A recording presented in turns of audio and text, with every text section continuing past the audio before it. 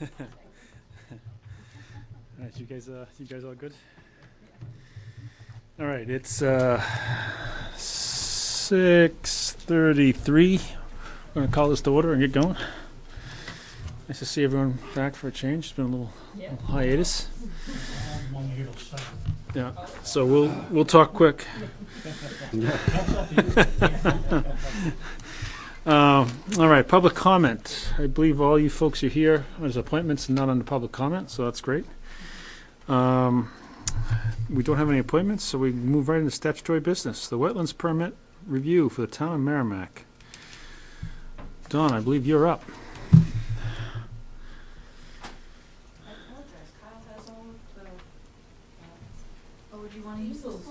Well, I think, yeah, she's got one. For the next meeting. Yeah, You've been rescued. Oh, thank you. Appreciate that.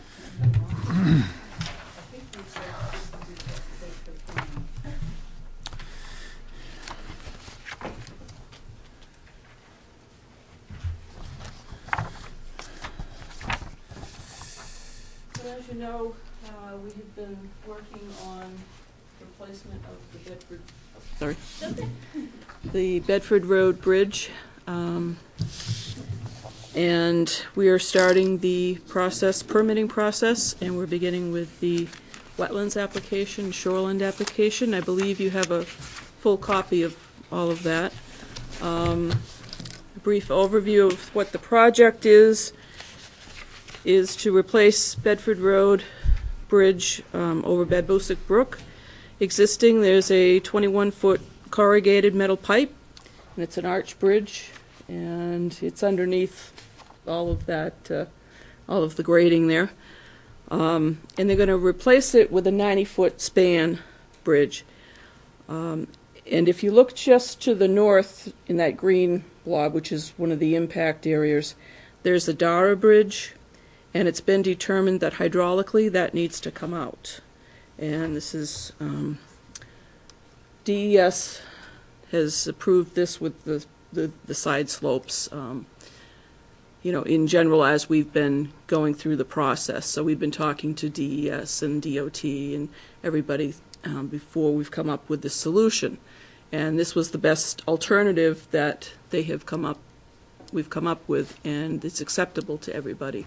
They tried 11 different concepts through time. This is long before I came here, so they've been working on this for the last few years.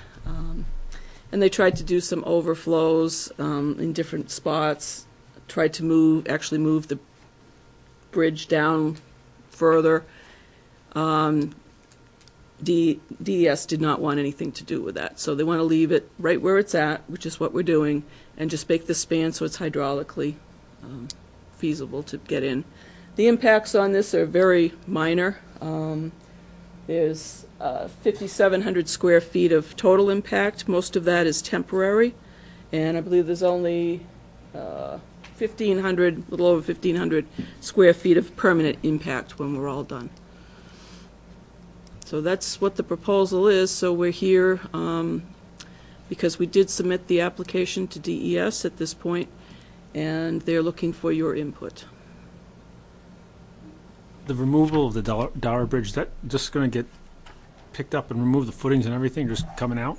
Yes, all of the wing walls, everything has to come out because that whole area needs to be widened to be able to let the water pass so that it doesn't overtop Bedford Road anymore. It's been designed at a 100-year storm so that the water, this will pass all of the water that's necessary without doing damage. Now, we've had some historical significance of that bridge. Is that really? We're working through that also through Concord Natural Resource. It's it's concrete enclosed steel. It's one of the last ones in the state. We went to a meeting last week on that, and just like they did on the McGaw Bridge with the panel that's mounted on the side, they've agreed to that and possibly some brochures. But that's all being worked out also.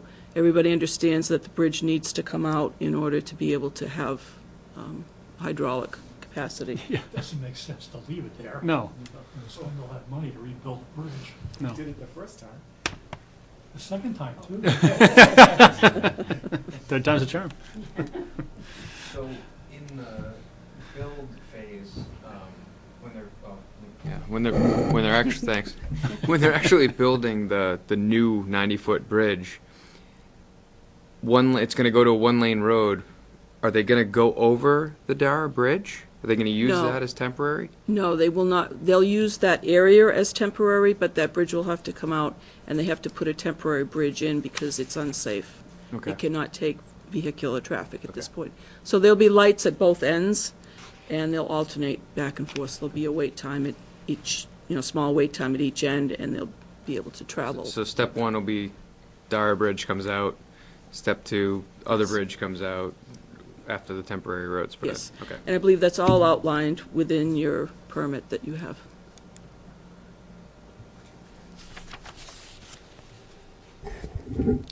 So the stream bed, or brook bed, if you want to call it that, is going to be natural, essentially natural now after the work is done? Yes, because right now it's the steel arch. Right. And they're going to, as they're removing some of the materials, they're going to save some of the material and then put it back down for natural bottom when they're done, yes. This is similar to what we just did on the other, was that Amherst Road? Not what's the other Bean. bridge? Bean Wire. Road Bridge. Being, what, yeah, Yeah. Bean or So we- wire, or both? Being in McGaw. McGaw. McGaw. McGaw. Yeah, oh, okay. Well, yeah, Bean was the one that was constricted, though. That was when I returned it to the wider, just then go back to a natural bottom, so. Oh, we've done, what, 5 bridges now? There's no end to it. There's another one coming. I know. We talked about that when the Turnpike people showed up. Yeah. Yeah, the looks on their faces were priceless. Did you tell them they have to foot the bill for that one first?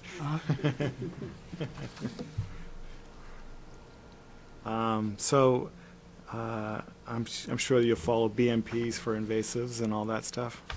Yes, it's all outlined in the Yeah. permit. This seemed to me very similar to the Bean Road Bridge. Even the permits looked very, very similar. I mean, the same caveats and Right, So- Quantum prepared both of them, Right. so. so. Yeah, and I didn't see anything around the permanent impact area that was of concern. So, No, they had it investigated, there's certifications on the plan and in the documentation. I'm just curious though, to the west of the new bridge, there's a permanent impact area.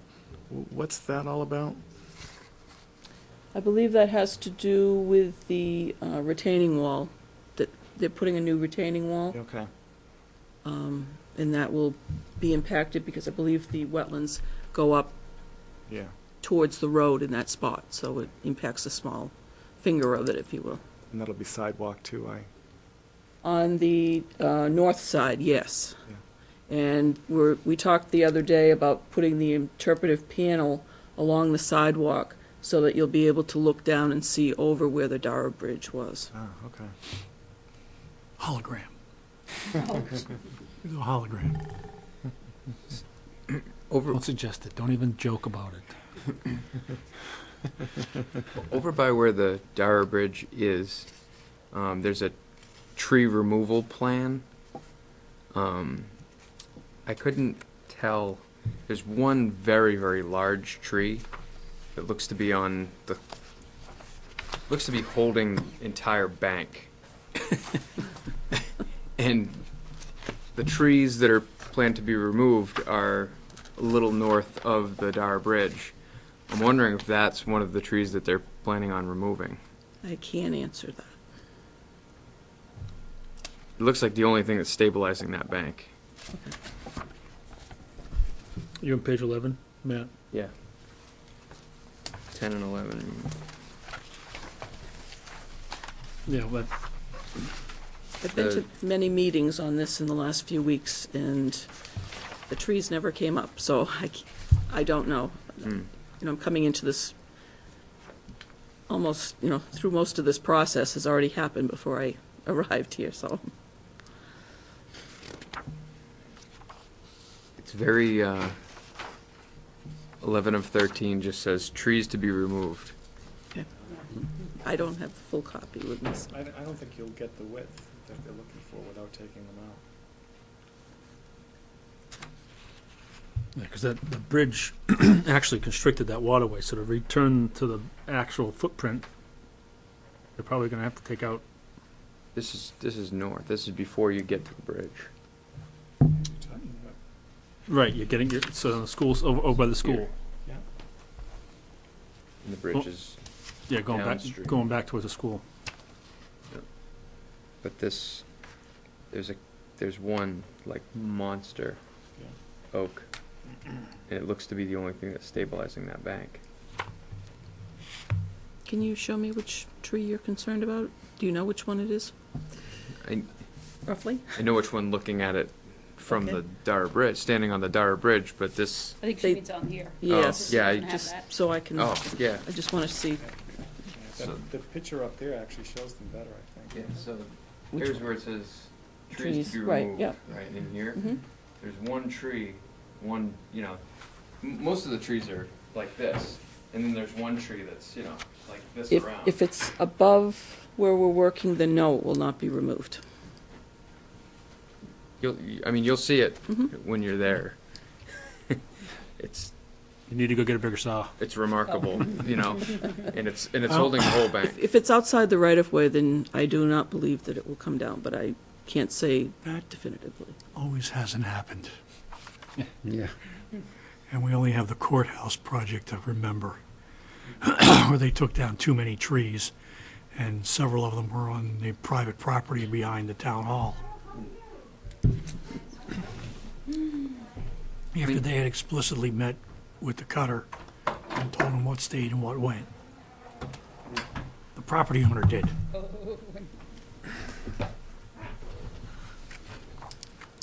The lure can of the certainly check, timber and 'cause the I logs don't was know. more than he could bear. Answer. Yeah, you'd see it when you went down there. It's the only thing that's holding the bank. It definitely stands out from every other tree in that area.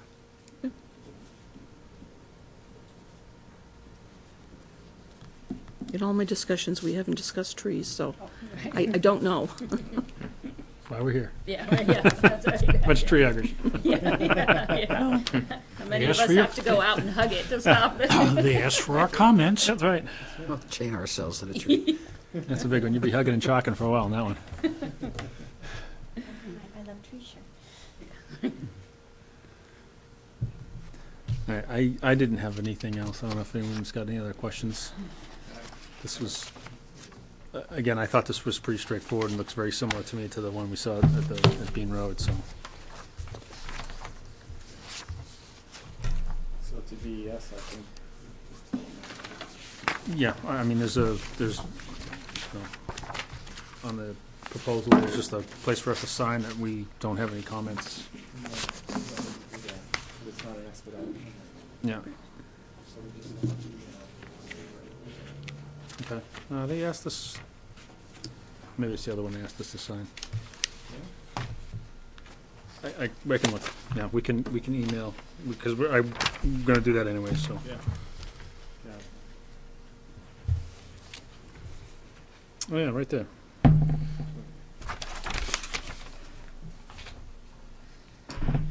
Yeah, that's only when you're doing an expedited permit. Oh.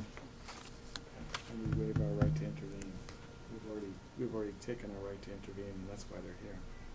Okay, I won't sign it. Yeah, and you'd have to sign all the originals, and they're not even Yep. here anymore. I think it's the other one that we're talking about then. So, All right, yeah, I mean, you could even mention that we just like them to review the trees. Or that tree in Yeah. particular, Yep, the tree. the tree.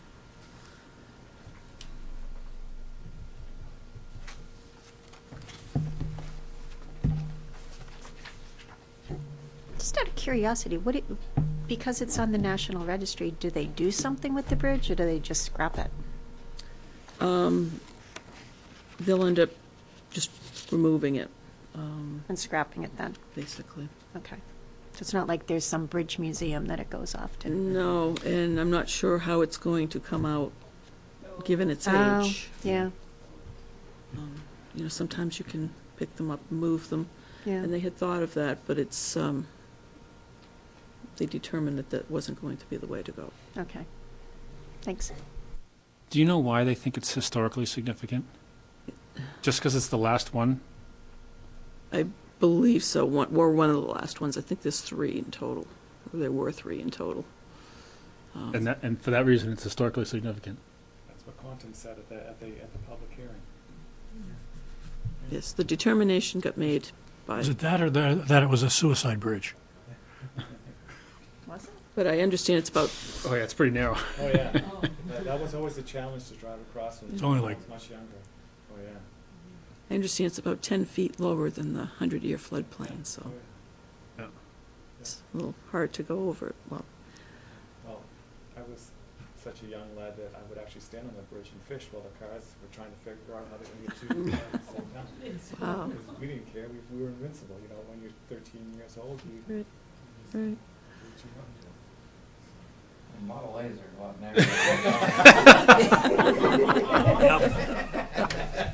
Good shot. I am a grandfather. I understand. Nice. All right, well, we'll respond to DES at, You said, okay. our comments are, You did have one other thing on your update of Greater Road Bypass Road Design and Construction. yeah, I You- have, you I could- have not been able to get to that. Right after I spoke to you the last time, and I said I would be getting to that within the next few weeks. The EPA decided to put out the stormwater permit Okay. finalized, and I have spent every spare minute I could working on that to try to determine what that's going to cost. And so I have not been able to do some of the projects. I did receive 2 weeks ago the information from Matt from NRPC so that I can now reduce my traverse so that it will fall right into the GIS. Okay. So, thank you. Again, if there's anything we can do, obviously, we're, right. And I apologize because I had told you I would Yeah, get to I it, don't- and I didn't know that they were going to we appreciate the work you are doing for it, so. don't, do that work. So I just thought I'd give you the update while I was here. Thank you, Don. Thank you.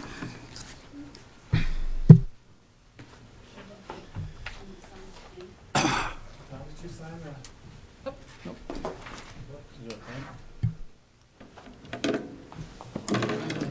Part in the middle of the next presentation, I'm gonna take off now. Okay, thanks for forwarding that. She apparently had sent it to me before, I just,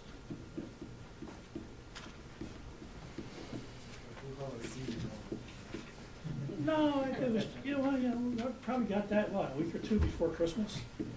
Yeah, how is? Alright.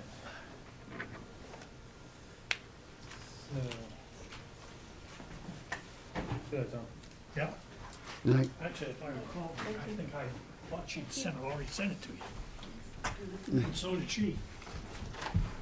All right, thank you. All right, next up, the wetlands permit review for the Penchuck Waterworks.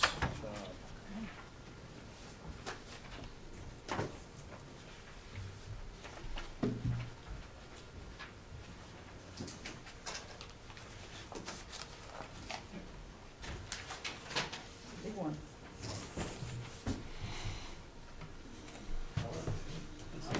Like a Rorschach test? Sorry, I'm going to cover up the pretty one with the boring one. So, my name is Adele Fiorello. I'm a wetland scientist with Normando Associates and put together the wetlands application and the shoreland application, both of which you have copies of. I have with me tonight John Bovair from Pennachuck Waterworks and also Dave Cederholm from Ty and Bond, who did the engineering work. So what I'd like to do is just have John come up and talk to you about why Pennachuck wants to put this water line in. And then we can go over the permit applications, and then if you have any questions about how they're actually going to build the thing, Dave can answer those. Does that sound good? Okay, thank you. And I think we need to make sure we're close to this, John. Sure, I'll just sit down for right now. Let's go 1 quarter.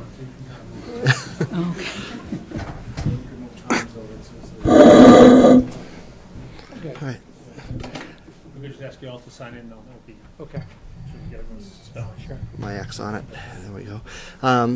Thank you for having us here tonight. My name is John Boisvert. As Adele said, I'm the chief engineer with Pennachuck Water. And this is really a project that the company has been considering for a long time, although I'll be explaining a few reasons why that it's really prudent for us to proceed with this at this point in time. We own the Pennachuck Waterworks system on the west side of the river, and on the east side of the river we have our system in Litchfield that we own as part of Pennachuck East Utility. There's two just, same corporate entity, but two different operating utilities. That Pennachuck East Utility was really formed back in the days when Consumers Water Company of New Hampshire had owned both the Hudson system and the Litchfield system. When Consumers went under, or whatever the process was at the time, Pennachuck acquired the Litchfield assets, and Hudson retained their system. And we currently serve as the contract operations company for the Hudson water system as well. So these are all, the water systems are all connected in some way. Hudson has its own wells that are in Litchfield. We receive a certain amount of water from those wells. That is the primary source of water on the east side of the river at this point in time, although a very stressed primary source of water.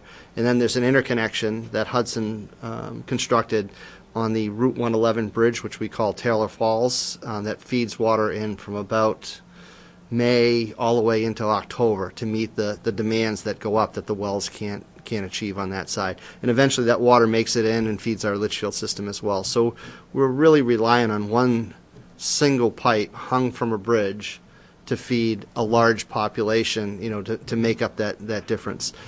So the company, the company Pennachuck, in the long term was looking at a more redundancy, because you always want to be able to meet demands when you start to lose water sources. If, God forbid, something happened to the wells and there was contamination, we know that can happen now. Where do we go for our next source of water? If there were something that happened on the bridge that interconnection failed, what's our next step? So there's a function of redundancy that we need to develop in the system. So we've been contemplating the river crossing system for some time now. In addition, we're here talking about the intake as well. We have two projects that are here. Ironically enough, the intake was scheduled for 28 in our capital plan for 2018, and the river crossing, the interconnection that feeds treated water to the from the west side to the east side, was going to be a 2018 project. Well, since at this point in time we've started to see a couple different things. One, last year, as you recall, the drought. We started to see groundwater levels start to decline, not only in this area but throughout the state as well. And the Merrimack, fortunately, is a very consistent water source. Even during that severe drought, was a very consistent water source for us. We've started to see, you have seen generic growth that has increased demand on the east side of the river. There's no question about that. There's subdivision, there's land, just like we've all seen. We were looking at this redundancy thing, issue. There are, when I talked about groundwater levels, there are ponds and kettle hole ponds on the east side of the river that are starting to feel the effects of this groundwater pumping. They're tied. Kettle ponds are tied to the groundwater table. Groundwater table goes down, the kettle hole ponds go down. So we're starting to see some of that. And then as we all know, back in February, March of last year, perfluorooctanoic acid was discovered in many of the wells. Obviously here you had wells, municipal wells here in Merrimack, and we are now in the response of looking at providing an extended water service to over, it's about 400 individual residences in the northern part of Litchfield. So our customer base just got bigger, not because it was growth that happened, it was growth that was already there, but all of these private wells had become contaminated with PFOA. So those things on top of that really from a supply perspective, have driven the need to build another connection between, the west side of the river and the east side of the river to be able to meet those demands and the growing demands there. So hence that project is being very critical for us, and one for us to move up, ahead of this intake. You'll say the intake. Well, the Merrimack River technically is Pennachuck's secondary source. We have Pennachuck Brook, which is the primary source, and if you travel down, it comes down through where our treatment plant is, just as you cross the Merrimack town line on Route 3. We've seen, we've always, since about 1985, we've had an existing pump house and an intake that pumped water from the Merrimack River, pumped it up into the Pennachuck Brook systems to keep the ponds full and to meet the summertime demands of the water system from about the mid-1980s. That's been in operation. It's only seasonally operating, meaning that we'll start it in, maybe as early as May. It runs through generally October. Once we see October hit, you start to get the fall rains. Pennachuck Brook is sufficient to meet demands, and our demands in not only in Nashua, but the surrounding towns. Milford takes water from us. Hudson purchases water from us. Parts of Merrimack, we feed parts of Merrimack as well. And because of the PFOA situation in Merrimack itself, the Merrimack Village District is constructing a station by which, if they were to lose a well, we're under contract to allow them to purchase a certain volume of water to make up for that through our system. So you can see kind of the interconnection here that we're all trying to support. The intake is actually in one of the worst possible spots we could put it in the river. And Dave will show you a little bit from the engineering side. It's on the side of the river. It's in the bank in the banking of the river. It's on the inside of a meander bend. If you ever looked at aerial photos of the Mississippi River and you see the sandbars, they extend out from that point. It's where the sediment gets dumped in. The demands, we draw at about 20 million gallons a day when we do draw from the river. And again, it's a very small percentage of what it sounds big, but it's a very, very small. If you looked at it in CFS, it's about 30 something CFS, and normal flows in the summertime are around 2,000, 4,000 CFS coming down the river at any time. So if you look at that and you see that normal design right now is, we try to limit, for fish entrainment or whatever the technical word is, velocities to less than half a foot per second. Well, guess what? We're probably doing a little bit more than half a foot per second with the existing configuration that's constructed back in the 80s. And with that comes into that a lot of sediment, and that fine sediment gets taken by the pumps, and that's not a good thing on a $250,000 pump. It doesn't like that too much. So we're bringing that out for a couple of different reasons. One, from this maintenance issue of the sediment building up in there. Number two, we can then now operate this 24 hours a day, 7 days a week if need be, 365 days a year. Right now, it wouldn't, and put it in a location where it wouldn't be subject to ice. Because we do have another vulnerability that we would try to eliminate, is that the FE Everett Turnpike runs right over, if you think about it, runs right over Pennachuck Brook. If a tractor trailer or something were to spill in that, right now all we could do is dilute that. So we, and I don't know if you're aware, if you traveled Manchester Street a year ago and it was all dug up, I apologize if you had to go to the car wash a few times. But that was, one part of that was to be able to take water from the intake, the river, and be able to pump it directly into our treatment plant. So we bypass the pond. So if something happened in Pennachuck Brook, we can just turn the intake from the brook off, we transfer it to the river, life is good. Yeah, that project came in before us. Okay. Yeah, because it had a permit. Oh, as it well. did. That's right. I couldn't make it. Mark was here. I think one of the engineers in the office. Yes. So this is all part of the strategic plan that we had, but at this point in time, the PFOA situation is kind of what pushed the river crossing. So those ahead. contaminants, if they're in the wells on the Merrimack and Litchfield side, they're getting into the Merrimack River, but it's so diluted that. Yeah. You see, and I don't want to. I know enough of having lived through this about PFOA. It's pretty persistent in the environment. Dilution is what you end up seeing. You will see it just about everywhere. Even if you go east of here and here, there's background levels that you're starting to see of measuring parts per trillion, which is just amazing to me.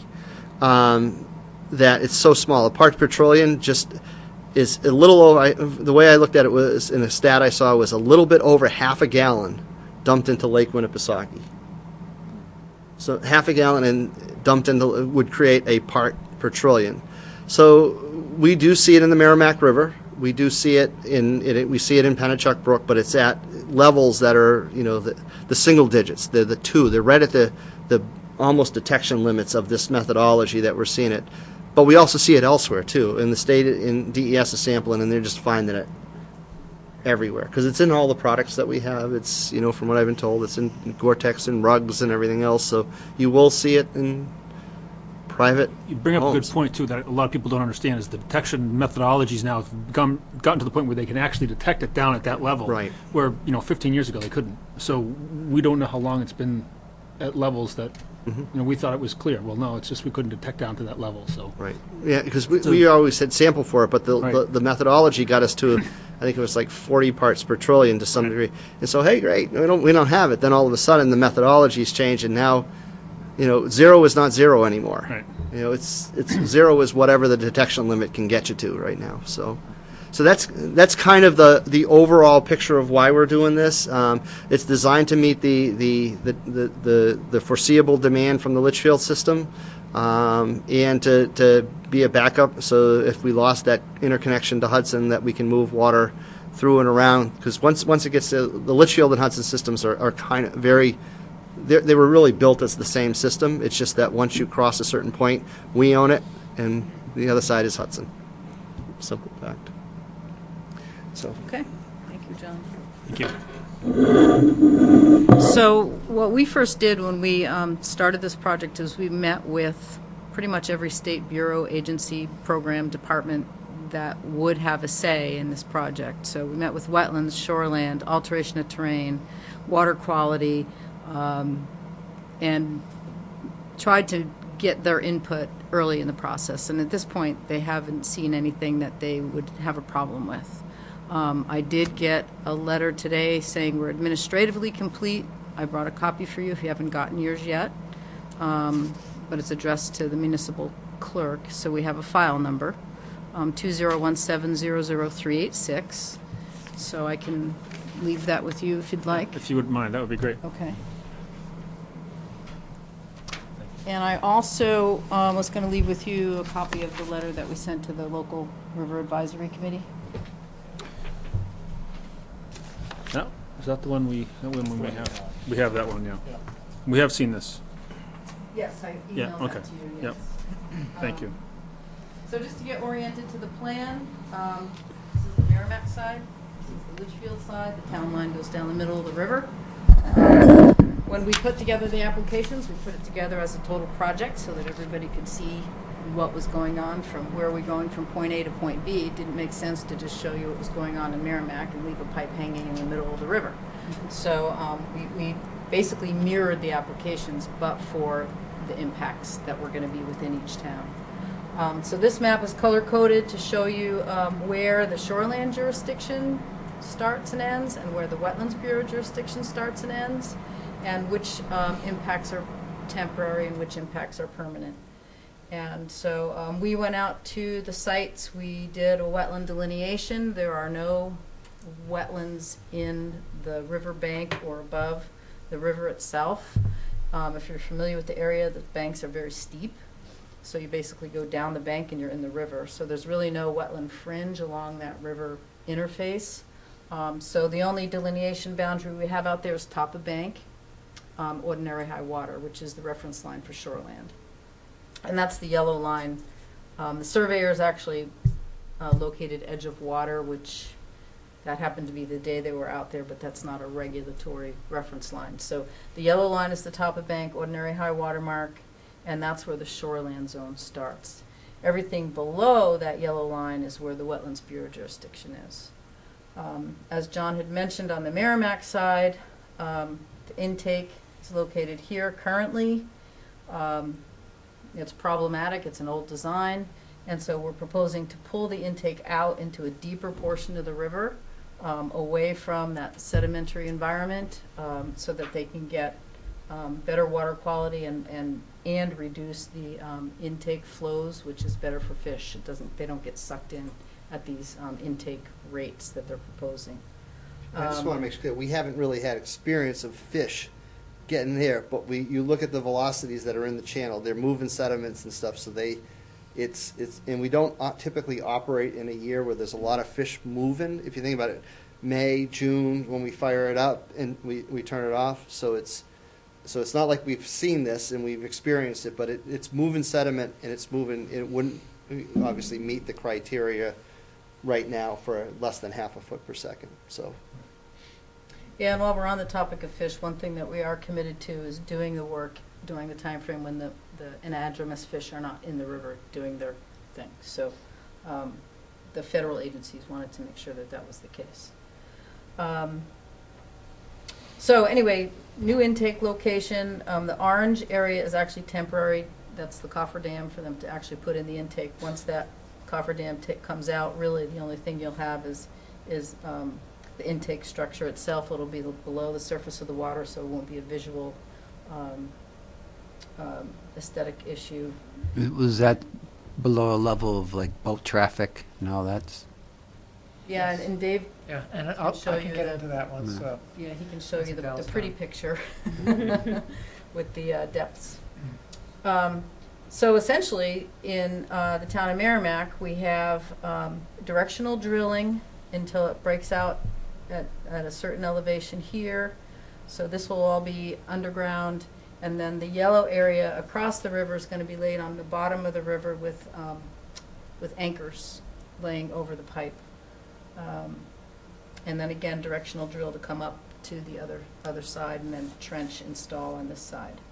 And the same here, this will be directional drilled to the intake structure. So that's it really for wetland impacts. All the numbers are in the application, and I don't have them committed to memory, so you know what they are. As far as shoreland goes, the different zones, again, the reference line is the yellow line, ordinary high water top of banks. We have the 50-foot, the 150, and the 250. So the edge of the shoreline jurisdiction is essentially the pink line. We did tree inventories. Those tree inventory maps are shown in the application. I believe there's just one tree that may be compromised, but for the most part, it's an existing active water utility, so it's gravel parking. There's really no trees that are going to be impacted.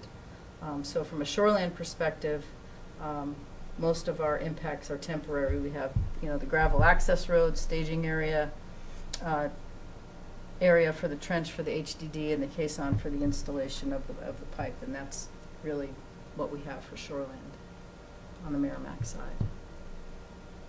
So your HDD just basically get out through the bank of the river? It will be under For the most for part. some part, but yeah, until it breaks out at a certain depth. And Dave can talk more about why we did a combination as opposed to HDD all the way, but it has to do with geology and engineering confidence that HDD is appropriate in this environment. So,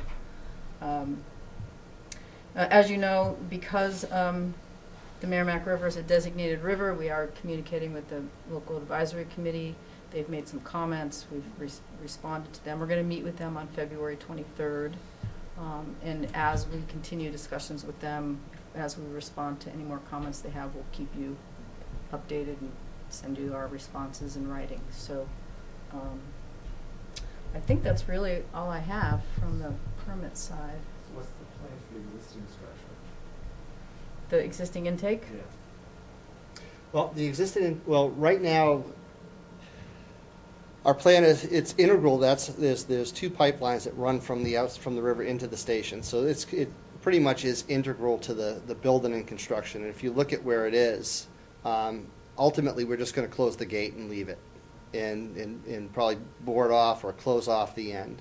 To go in there and actually do some removal and stuff, it's what are we doing? Yeah, we'd probably cause more harm. So the idea would just be is to leave it there. It's gated. It'll be closed off, and all the water would come in through the new intake and enter in a different direction in the deep wet well that we have there for the pumps. So it'll just be left. Yeah. So I could talk a little Dave bit wants about to the talk actual more about installation. the river. This is what So- you're gonna need? Yeah, so one of the first things we did, and this was really to evaluate the intake, the original plan was to come up with a better solution for the intake so it wouldn't suck in sediment. First thing we did was a bathymetric survey, and the survey actually started a half-mile upstream and went down a half-mile downstream. Merrimack is on the top side of this? Merrimack is up here. In fact, this is the existing intake, the wing walls of the intake right here. Well, the first thing we discovered as soon as we got the data was that there are two deep scour holes here right out in front of the intake. We've got ledge exposed up in here. Ledge is exposed in here and very close to the surface here. These two holes are about 15 to 17 feet deeper than these areas upstream. This looks like a bedrock trough that's filled with sand. And up here on the bank, if I turn it this way, where the pump station is, we did borings up here, and there's about 60 feet of sand here, and the bottom of ledge corresponds with pretty much, we discovered ledge is about 5 feet below the bottom of the scour hole. So, and we did about 30 borings in the river to really identify where ledge is, and it's beautiful sand between the existing pump station and the scour hole. So, so the plan now is to, in fact, we can come back to this, but the plan for the intake is to drive a 24-foot diameter caisson all the way down to ledge, and then with a microtunnel, 42-inch diameter tunnel with a pipe jacked behind it out. And this blue line is the bottom of the river, and we'll daylight in the bottom of the river right on the edge of the scour hole. And then come out a little bit into the scour hole with a 42-inch diameter screen that will actually be suspended off the bottom, about 3 feet off the bottom of the scour hole here. So we've indicated a cofferdam for that installation so that the contractor could go that route, but from talking to contractors, they very likely won't need it with the way the tunneling machines work. They actually draw the sediment in, and it's pumped into the caisson and then lifted out, and the pipe is actually jacked, so the pipe actually pushes the tunneling machine forward. So once it daylights out into the scour hole, it's not releasing drilling mud like an actual directional drill would. So, but even still, we've permitted this area, and we'll leave it up to the contractor to propose a method, and at least then this temporary disturbance will be permanent. So we were moving forward with this project. We've been working on this now for 2 years, and then the PFOA issue came forward. So it became, so the water main crossing then sort of became the priority. And so we actually did additional borings, and we know where ledge is. So ledge is about 5 feet below the scour holes, and then ledge actually comes up a little bit on the Litchfield side. So we really don't have enough sediment to do a directional drill all the way across. And so the plan right now is a directional drill from the middle of the river towards Litchfield. And this green line here is what's called a conductor casing. And that'll be a 42 or 48-inch pipe that they'll lift in the river with a crane and jack it into the sediments on the Merrimack side, and then set the directional drill rig up over here and drill actually through the conductor casing. And the real purpose of that is to contain the drilling mud. So they can jack this deep enough into the sediments so they don't get breakout, and then directional drill and exit over here. And they'll construct then the whole pipeline. This is about 450 feet of pipe. And this actually describes the whole project. So we're connecting up to the existing water main. We're actually going further up Mass Road. Yeah, there's We gonna got some work on Mass Road. there's gonna too. be some water main replaced on Mass Road, but so this is the access road going past the wastewater plant. And the access road comes to here, and it takes its right angle turn and goes towards the pump station. So what they'll end up doing is constructing the pipe, 18-inch diameter HDPE water main, constructed here all in one piece. When they directional drill through, then they'll grab onto that pipe and actually pull it through the hole and all the way through the conductor casing.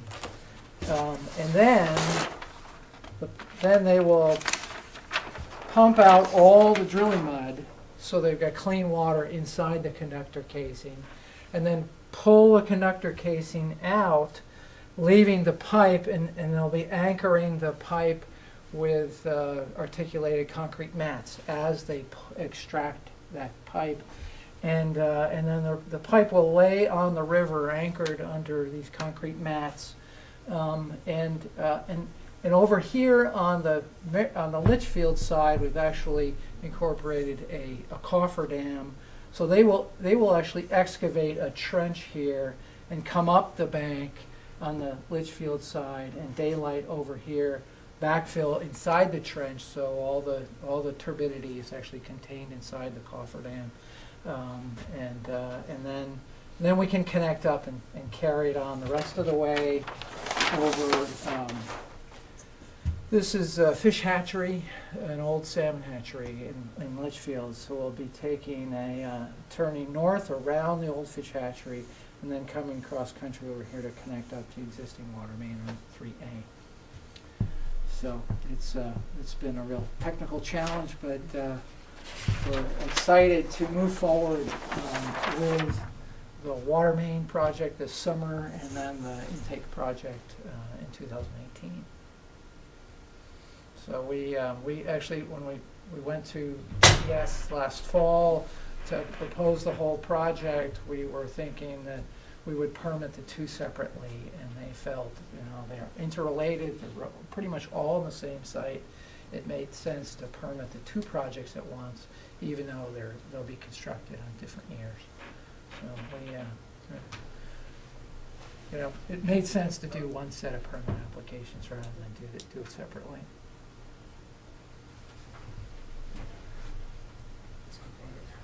It's quite a project. Have you ever been down? Any of you ever been down here? You go into the wastewater plant, hang a left, and just keep going, and you have to take a right, and you run right into it. It's actually a pretty nice little spot. Just watch out for the wild turkeys.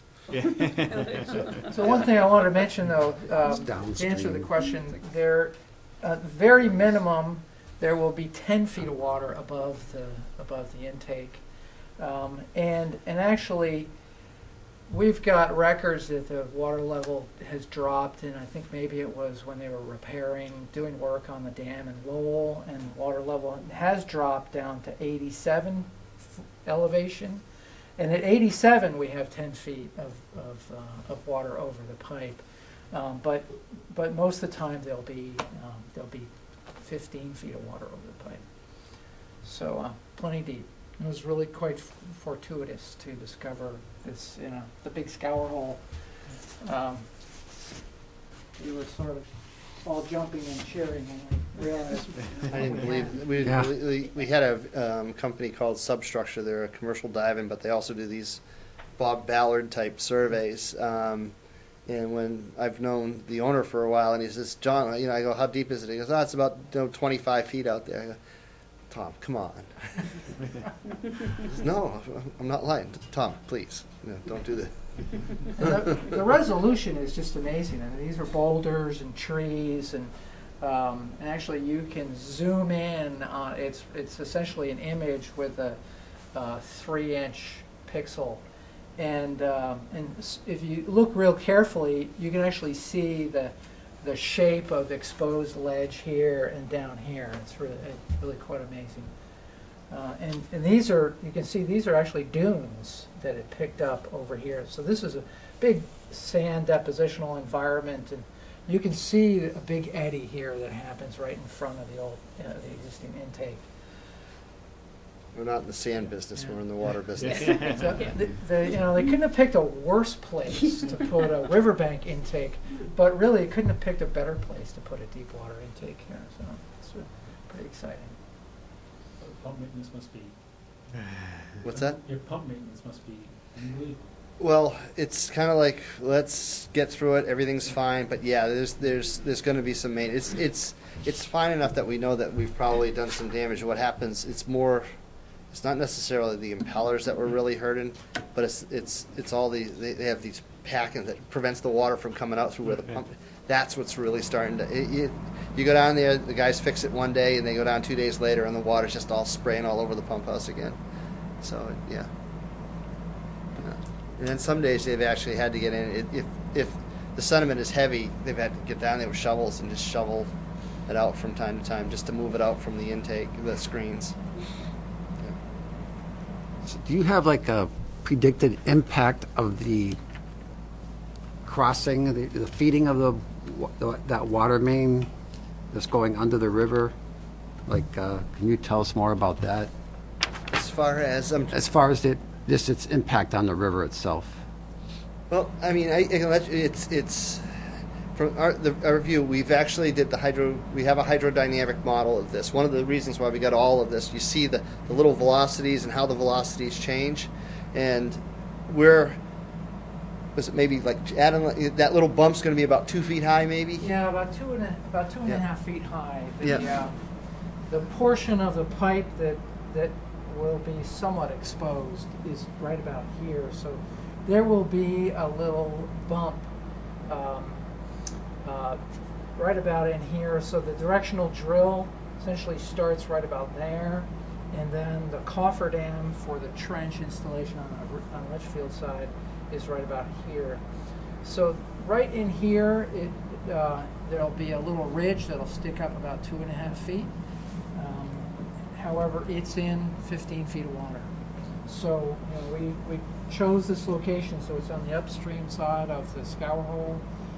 We've done a hydrodynamic model of it because we want to make sure that we're not creating a new depositional environment over here. Breakage there, you're going to get sediment behind it. That's right. So we're doing a model that includes this little bump and the intake, because we want to make sure that we're not changing conditions for the intake.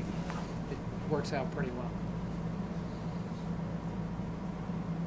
So with the articulated mats, it'll actually be quite a smooth surface. These are 1 foot by 1 foot blocks, and they come in sheets 20 feet by 10 feet, and they'll have a frame that lifts them up, and the divers will position the mats on top of the pipe as they're pulling the conductor casing out. So in the end, we'll have a pretty smooth concrete surface on top of that pipe. I know they're underwater, but a 20 by 10 foot concrete mat has to still weigh something. How many divers are you talking? Well, they're lifted in place and directed by a diver underwater, so the crane lifts Okay. them. So I'm like, yeah. I'm not buying the divers are moving that mat. A lot of balloons underneath it. Well, Just start poking them. They're going to end up having a barge on the river with Okay. a crane on it to do much of this installation. They'll probably end up having have a crane on shore at some point. But yeah, we're fully expecting that they'll be mobilizing Yeah, really. Jeez. Down. a partition barge. They'll bring it in pieces and lift it into the river and put it all together and then maneuver hoping to be able to put up one of those a camera there so that Yeah. it can That's can a take must. take pictures, and Yeah. it wouldn't Time be that hard lapse. to do. Yeah. Do Yeah. the time. They did it on the dam removal down Yeah, there? that was the Yeah. dam. That was awesome. Yeah. I wasted so much time staring at that screen. We'll be taking a lot of pictures. So you made one comment in particular in your letter about the HDD under the entire river. I don't know if you could speak. Gage? Sorry. You made a comment in your letter here about the HDD and drilling under the entire river. I wouldn't mind hearing more about that. Oh, how we, Yeah, that's how- probably okay. not what we wanted to do. Right, Yes, not wanting yes. to do it through under the entire river. We did look at doing a directional drill because of the fish hatchery is a bit of an obstacle. So the fish hatchery is property is owned by U.S. Fish and Wildlife, and it's right here. Sort of directional drill all the way across, because the scour hole is bedrock is so shallow at the bottom of the scour hole, we can't directional drill in here. And if we were to do a total bedrock, one solution would be to try to do the whole thing in bedrock. So we looked at actually directional drilling here at a diagonal and coming up over in this area. So we did a series of borings and extracted some cores to really look at what the rock is, and it is a highly fractured quartzite, extremely hard, and fractured in small pieces. And part of the problem, you know, those Chinese finger Right. finger cuffs. Well, that's exactly what happens in highly fractured quartzite when you try to directional drill through it and then pull Right. back. What happens is the rock will collapse and it will grab onto that pipe, and you'll never be able to advance it, and most likely they would lose all of their drilling equipment. So the risk of trying to drill through that type of rock is really high. We probably wouldn't be able to hire a drilling contractor to do it. So so we looked at it hard. We're working with Brierley Associates out of Bedford. They specialize in directional drill, difficult directional drill projects, and they did a risk analysis based on a directional drill through ledge from here over to here, and then this hybrid method, and the hybrid method, the risk of that is so much lower. It just makes total sense, even with the cost of doing the coffer dam on the Litchfield side. We considered actually directional drilling through the sediment over here, but what bedrock actually ends up, it comes up over on this side, and then with the fish hatchery in the way, we'd have to step the rig all the way back and drill under the fish hatchery, and then we'd end up encountering the ledge over here. So doing the cofferdam and the pipe and trench on this side, and then the conductor casing and the directional drill on that side, this hybrid method, even though it's complicated, it's much more doable. So do you think that rock material is unique to this area or site, or do you think it's more in this whole general area of the river? There are bands of this type of fractured quartzite in the seacoast. Actually, you see it, the Kittery quartzite, similar age, similar rock. I don't know if you've ever been out to Adams Point, but that's the Kittery quartzite right there, and it fractures in, and you find it in small pieces that are like prismatic stones, and very similar rock here. I wouldn't be surprised if it's actually connected to the Kittery quartzite on the seacoast. Thank you for being more thorough than Kinder Morgan. Yes, exactly.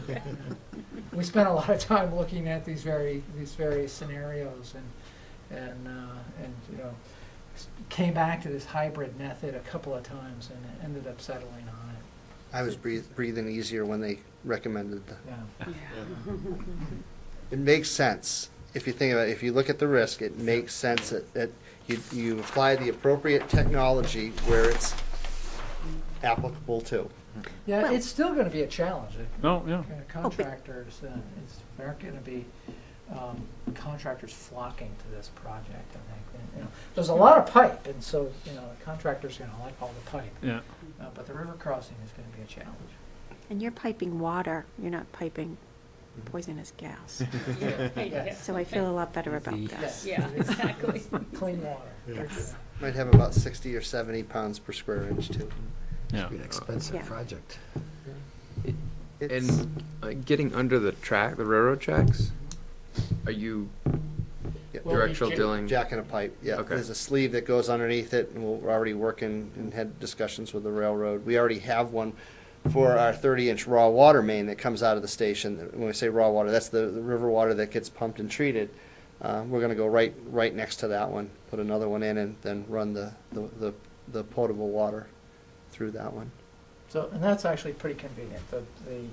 The right-of-way for the raw water main is wide enough, and there's enough room to put this new drinking water pipe right next to it. We've been working and actually provided the wastewater staff and Kyle kind of a concept of sketches of what we were doing, and once we get some other things, we'll be talking more about what we're doing in Mass Road and what we're doing on within the existing easement that we have. And we have an easement with the private property owner on the west side of the tracks. Can you show us the permanent impact area? Exactly where that is? Sure. Basically, the yellow areas on the plan. All right, so it's mostly within the river itself then? Right, yeah, so, and this is, you know, this is the sub-marmets. We've shown an area of sub-marmets that are about twice of what we actually expect it to be. I expect in the end the sub-marmets will probably be about this extent.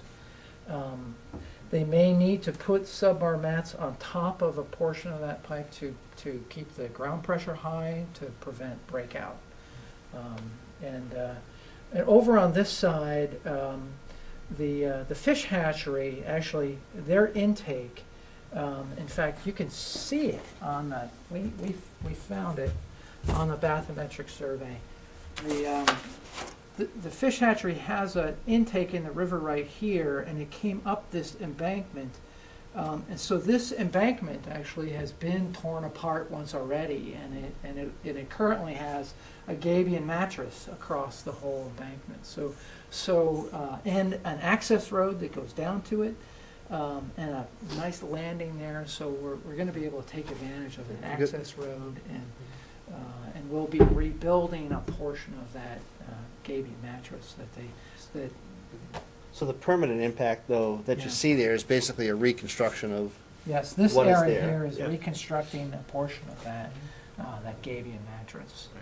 Yeah, I was, The intake screen itself is yeah. probably too small to see the yellow spot on there, but. Yeah, Yeah, I was looking at the shoreline area in the Merrimack on the thing, and I'm saying, I don't see an impact area here. So apparently, it's all right in the river itself. yeah. Okay. So when you did that survey, did you find any archaeological significant things that you could comment on, just for curiosity's sake? Well, just this is the intake structure for the fish hatchery. But what about, did we, were there any, that Victoria Bunkers analysis? Yeah, well, one thing that's very interesting is the site of the fish hatchery, when it was constructed in 1983, they discovered fire rings. It was an Indian encampment. They discovered 3 fire rings, and Victoria Bunker, PhD, who did our archaeology, it turns out she did the archaeological study for U.S. Fish and Wildlife back in 1983. She fell out of her chair when I first called her about this project and described where it was on a Google map, and phone went silent. She said, "I can't believe it. This was the first project she did when she finished her PhD." And a very interesting report about the site there. There were pieces of wood and fiddleheads that dated back to 3,800 years ago, and they found a whole series of arrowheads, and they actually identified these 3 fire rings, and they unearthed this when they were installing the fish hatchery. All work came to a halt, and they had to do this big archaeological study, and they actually they removed all those artifacts, and they've been archived and cataloged. And so, initially she's telling me this story, and I thought, oh no, our project is dead. No, it's actually quite good because they're all gone. The whole site has been mitigated, and so we hired her again, and she did a further investigation along this pipeline and along up over here, which they didn't investigate here before, and they also looked down the road because we were looking at the access road at one point. So, and the parents, the family that owns the farmhouse there, they remember Victoria from the '80s, and we're pretty excited that she did the archaeological investigation over there again and updated that. So Fish and Wildlife are pretty happy with that aspect of the project.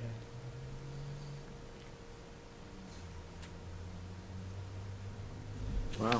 The project has taken some really interesting turns along the way. Yeah. In other words, I changed my mind a few times.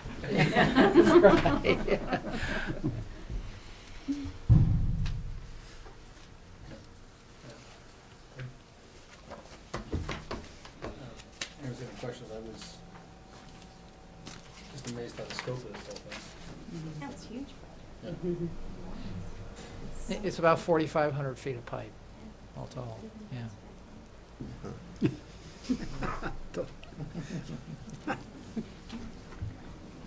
You- Never let it go. No, you never. I know.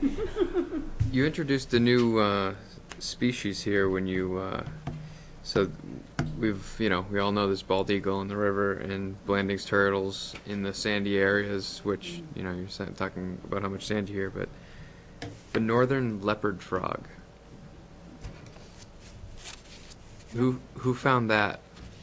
Oh, it was part of the Natural Heritage Bureau data record in their response. That in the clasping milkweed plant. And we did, part of the application includes, the Natural Heritage Bureau letter that lists the frog. And we did respond to that letter. I need to get you updated. Now that we have a file number, I can send out letters that include the DES instead of part and parcel to everybody. But we are responding to the Natural Heritage, and we suggested that prior to construction, because we're not in the right season to do the milkweed study, we'll do that prior to construction, and then we will work with them to come up with mitigative measures if we find it.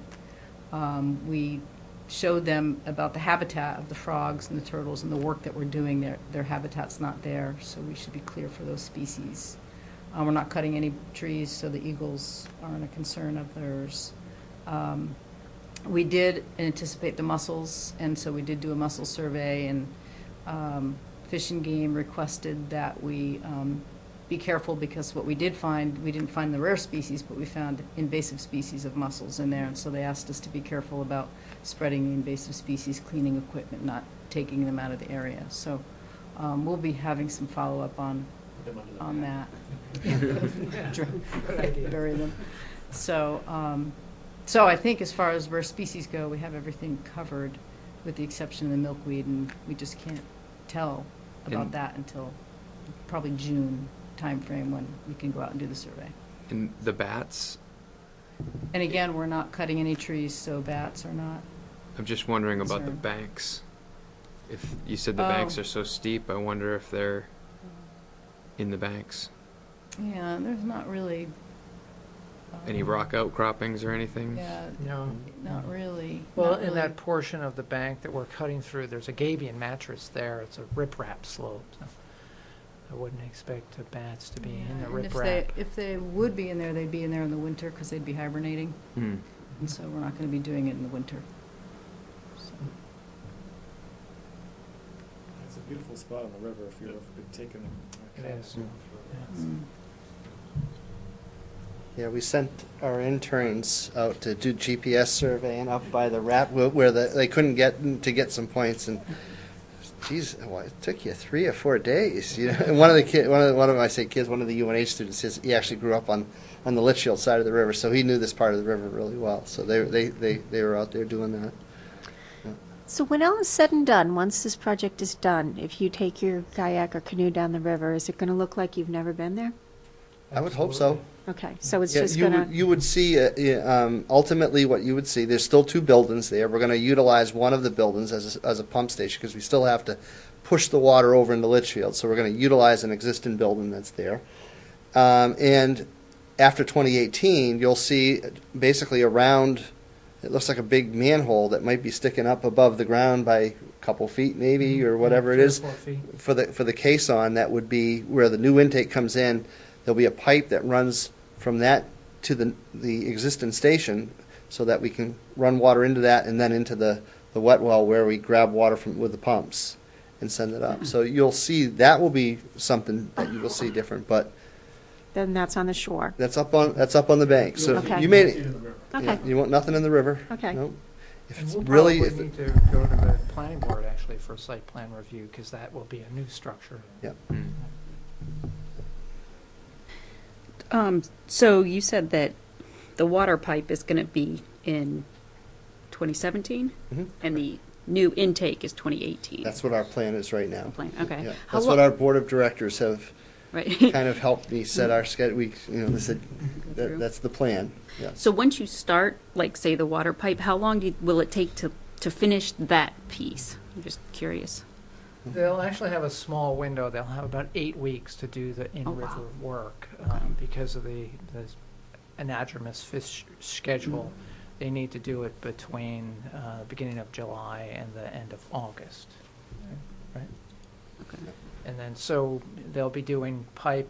They could actually start the pipe work before that, but the way the design and bidding schedule goes, looks like we'll be awarding this in May, late May or June. We're hoping about May 15th or so at this point in time. We've got finance and approvals through the PUC. It's a whole other parallel paper track that we're working through. It just takes time because it's got to do this, then you got to wait 30 days, then you get the approval, then it's so May. Yeah, so that schedule of installing the pipe, in July and August is really critical.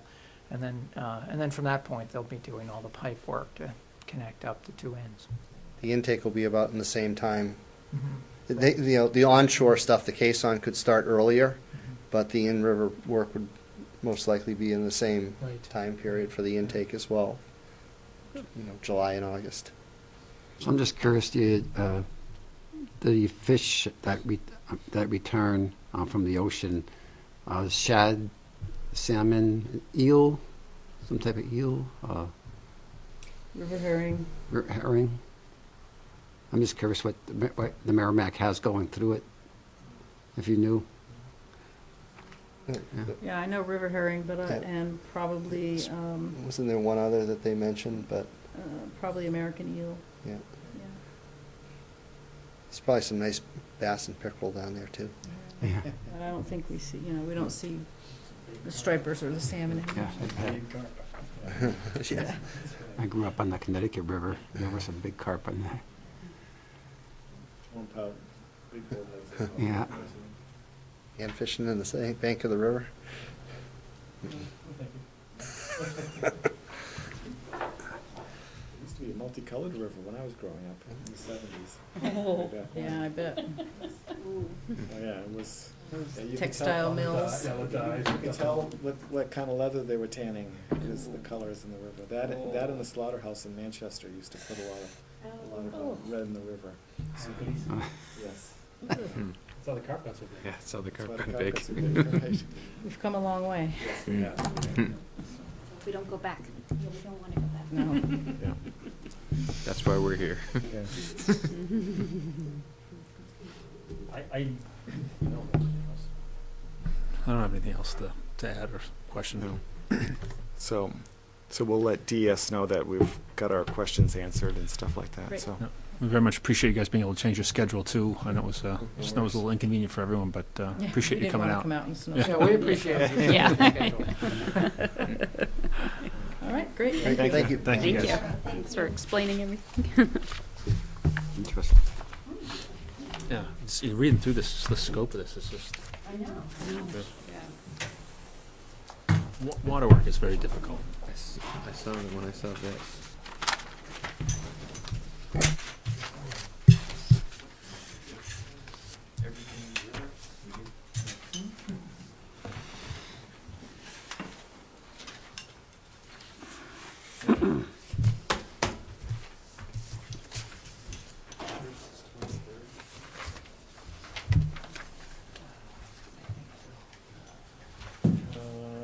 So we don't have any old business to discuss? Yeah, so I'm just, yeah. So I guess we can, yeah, the Beaver Solutions, maintenance plan. So this is for the existing devices that we completed a couple of years ago. Because there's only the 4. So I'm assuming the town is also received one of these because they installed Mast Road and. We each have 2. Oh no, we installed 4. Thank you guys. Bye-bye, thank you. We installed 4 and just last year they. So is there 6 total, or? Right. Yeah, okay. So I'm assuming the town's got, I would assume that. you know, so. These are the 4 that are relevant to us, and they were on our property, so. It might be good after we take our vote Yeah. to let Lori know that what we're doing. Well, they did, he put it on here. Yeah. So it's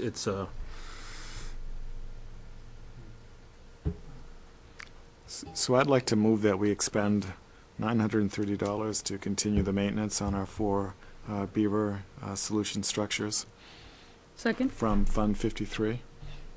Second. okay, second. Any additional discussion? All those in favor? All right, Aye. all right. Aye. Passes 6-0-0. I think they've been highly successful, so. Yeah, Mhm. yeah, they have been. And Mike, and again, Mike himself has been very easy to work with. And he gets back to us, he shows up, he goes and tromps around the woods and gives us an assessment and says, hey, can you call me back when you want to put one in? And we don't get charged for it, so he's been pretty helpful to work, he's been really helpful to work with. All right.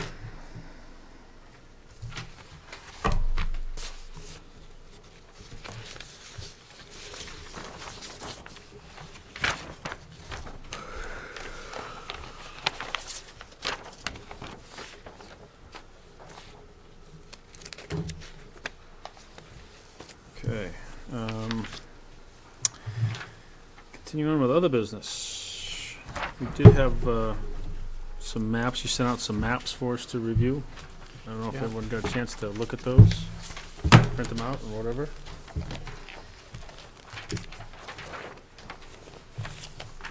Yeah, so I forwarded to all of you some maps. I didn't send them to Don or Amy. I can Well, do that if you like. I can forward that because we're gonna talk about. She's gonna ask about it anyway, so I can forward those emails. Okay. Basically, NRPC, NRPC, National Regional Planning Commission. They believe they now have the Horse Hill brochure, map and brochure to the point of all the inputs that they've had, and they've addressed all of them. They're looking for our feedback to make sure that we agree. I do know. What I did is I met with them last week for a short time in their office. They told me that Matt had requested a large map for the upcoming Winter Carnival, so which they think they can do for you, reflected on what you see here. So at least so. Are they gonna do one for Wasserman too?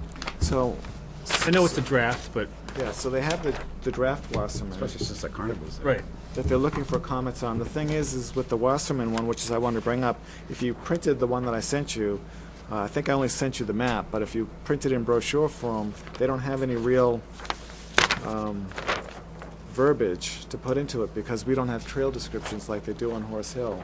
So the question was, is what do we want to do? Do we want to take the time to provide them the trail descriptions for the trails, or we'd rather they like went to the website and just put in the current information we have and the trail descriptions go in later? It really depends on the timeline that we want to get, this one done. So I was kind of, if one of our members wanted to put trail descriptions together, they would be happy to put them in, and that way we have a more consistent look between Horse Hill and Wasserman. But at this point, I don't have the ability to put those descriptions in. I just got too much going on. I know nothing about those trails. Yeah. Well, plus with the snow cover right now, it would be kind of tricky to get good descriptions of them, wouldn't it? I mean, you're not going to know what's rocky versus what's... Unless you built them all. Yeah. Like so. Yeah. The You were one, elected. one thing I noticed is I believe this area here is private conservation area. I asked them to check the bounds of the property and eliminate the trails that aren't on our property. The Field Loop Trail, Yeah, so that's private property? yeah. It's conservation property. It is, but it's not our property, so I'm not sure we're within our rights to advertise trails that are on our property. Who does it belong to? The homeowners Oh, association. okay. Oh. It's open to the public, though? Yeah. It's not posted as no trespassing or anything. It's just posted as no motorized. Right. What is it, Cambridge Drives Homeowners Association? Yeah, probably. It has a different name, but we've reached out to all of the contact information. I've communicated with a lot of the people that access from that area Yeah. and said, are you aware of any, meetings or homeowners association that takes care of this? And everybody that I've talked to has said, I was under the impression that this was part of Wasserman Park. So even the homeowners there don't know that it's theirs. They don't know that it's in their deed. Because, well, remember what happened with the property we talked about for you is, and we have the same thing at our, we have a neighborhood and they talked about a whole association, but nobody wants to pay association fees, so everything we just kind of ignore it. And now we have common land, but nobody pays taxes on it, nobody does anything with Should it. donate We to wouldn't it. know. You ought to hope that it's not being taxed and it's going to go into defunct and get taken away from you. That's what happened with the property that we end up with. Yep. Is it got taken for non-payment of taxes. Really? And that's what set it down the road to where it was going to become developed when someone reached back into their deeds and said, no, time out. And it had to go all the way to New Hampshire Supreme Court to get resolved before we could get our hands on Yeah, it. I should ask, because, I know somebody kind of goes and clears cuts the Yeah. grass once in a while, but So- I should check. But it's probably what happened here, though. Yeah, I suspect everyone's moved on from the original homeowners and they've lost the bubble on how they're supposed to manage it. Yeah. And they've also stopped mowing it because for a long time this field was mowed, and for the last 5 years Yes, it the last few hasn't. years it hasn't been. Yeah, which mowing it creates a great habitat too for small Well, critters. something and as stuff simple like as putting a boundary line on it and marking it as private property. It's not private though. that. Well, it is. It is. It is. It's not owned by the municipal. It's not owned by a municipality, so it's private. There still can be trails on it, and people still can access it. It's private property. And if it's not posted, you're allowed to. That's right. Without no trespassing signs, there's nothing stopping you from using it. If I saw something posted private property, though, I would assume Well, that they didn't want me it's in not posted private property. there. If it was. We can put a boundary on, say, private property not maintained by others. Yeah, on the map. Oh, you mean on the 'cause- map? Yeah. Oh, okay. I thought you Oh, yeah, meant I'm not gonna- physically I don't going and go putting, post it. yeah, like you said, I saying wouldn't on go the in map. there for. Draw a boundary on the map and say, private property, Yeah. maintained by others. Right. Yeah. It's not ours, it's, Yeah, we have a similar situation with Wildcat Falls and the state trails. That's Right. right. So we have a disclaimer on that map, but I think it's worthwhile to at least put a disclaimer on here that that's not our trail, right, and we're not actively managing or maintaining it. right. So as a side opportunity, we could research the deeds and see if we can make a play for the land, but that's a separate activity. Oh, yeah. Because it borders Greens Pond, it falls within, I believe, a lot of the criteria that we use in order to pick up property. So, and but that's, you can remind me in the fall and I'll take a look at the deeds and stuff, but I don't have any time before then, so. The only comment I have, and because it's the same thing with the Horse Hill map is, and it's not so prevalent on this one because there's really not a lot of loops that match up to one another. Yeah. But if you look, like on things like right here, it looks like that trail is the same trail. Yeah, I know. So I'd love them to keep a boundary line in there or something on these that are. You guys see what I'm talking about? Yeah. When you see the trails meet up to one another, like right here. So this Oh. looks like one trail. It looks like you're walking down a trail out and you're walking back along the same one, and it's much more prevalent on the Horse Hill Okay. map than this one. But it'd be great to have some, keep some delineation line in there somehow. Yeah, so To Horse Hill map, I think, is better now, yeah, right? They narrowed that. yeah. Even on the very small map, Yeah, I thought the Horse Hill, The locust map, I like it. It's nice. You mean the little locust map, the location of it? No, I'm just saying no, like Oh. the trails. the trails don't overlap each other so bad as they used to, Right. because they narrowed them down. Yeah. The Yeah, but that's what's uniform. saying is they still look like you've got a lot of lollipop trails in there, like you're walking up and down the same trail. Yeah. There just needs to be a little Mm. line through it. Yeah. And even then, some of the post markers, it looks like they could, they tried to put them all down to the right. And it looks like if you could move them off, some of them over to the left or some in different locations, they wouldn't be covering the trail. Mm. Yeah, it's the same thing I was Yeah. thinking Yeah. about. This, like the fitness loop. yeah, I had some comments on that too. I think it can go over the line. Like, instead of it's saying fitness loop covering the brown trail, it should be over this trail. Right. Oh, yeah. This needs to move here so that it's over the trail that it actually represents. And I don't like it over here just sticking out in the water. I would rather have it here if you're gonna put the fitness loop twice. It should go here, not out in the water. I thought those Just- station numbers were pretty big for the fitness loop too, kind of like out of proportion. Yeah. How do we do that better? Yeah, that's what I say. That's And, you put a smaller number in there. a little smaller. And what are those gray squares where some of those trails come together? Even with my glasses, I couldn't make them out. It's a fitness guy. Signs? Yeah, it's just a There's fitness one that guy. says Stonewall. Okay. Oh, the stone wall crossings. These are just fitness. Stations, yeah. markers. The little guy doing the stretch. Yeah. I couldn't make That's that the out Stonewall online. crossing there. Oh, yeah, I see. I just went to Windows 10. I can't get my printer to work. I like the names. Did a good job naming them. The trails. Yeah. Rumpy Trail, Rumpy. Early Bird Trail, Fairfax Trail, Wimbledon. Fairfax and Quarry were done by scouts years ago.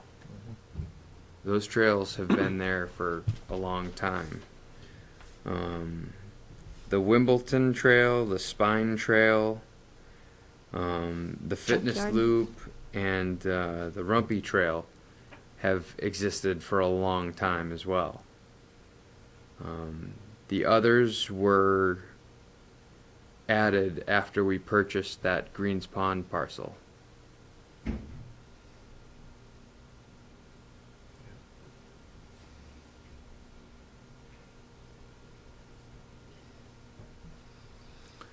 right, so is anyone of the desire to create descriptions for all these trails? Or do we want to move forward with different text in the brochure? I could do it. Do we want it to be like the description of the trails? Do we want it to be similar to what we have at Horse Hill? Might as well be uniform.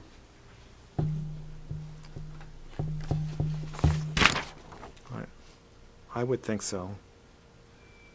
You want to at least allow the user to know what they're to anticipate. Because we're going to get into a situation, especially like in Greater Woods, where we don't have the physical space to make these long descriptions. They're going to have to be much more bulletized kind of descriptions. What about the descriptions for Horse Hill? Do you remember? Well, the subcommittee did. Oh, they did a good job. Probably, mostly Deb and a few others, I suspect, if I remember correctly. So. I was looking at like their description of Quarry Trail. Connects Horse Hill Nature Preserve parking lot as Wasserman Park.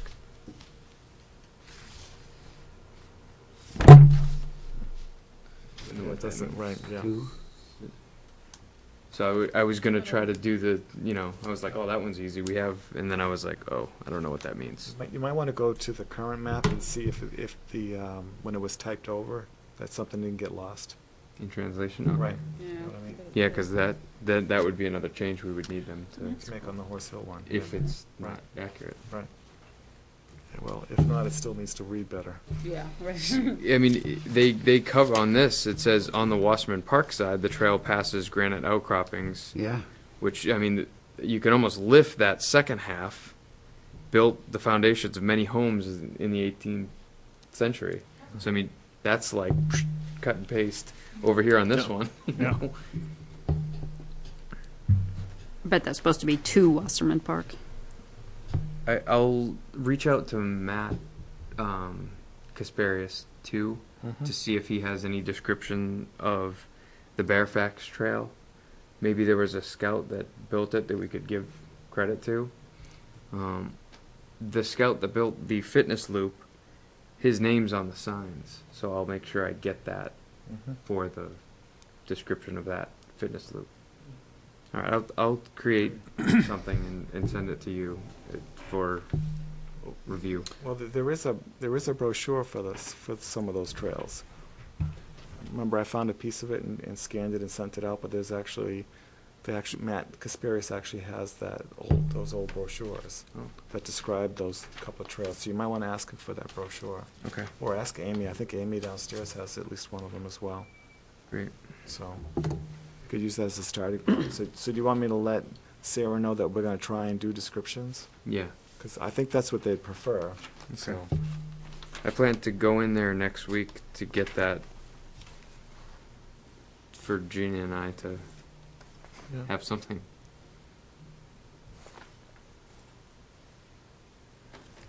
So just to, I know you've been writing stuff down. So just a couple things that I'd like to see changed is the outline. I just, so if they could just keep an outline between the places where the trails are so close together that it loses the outline, just to keep a small line in there.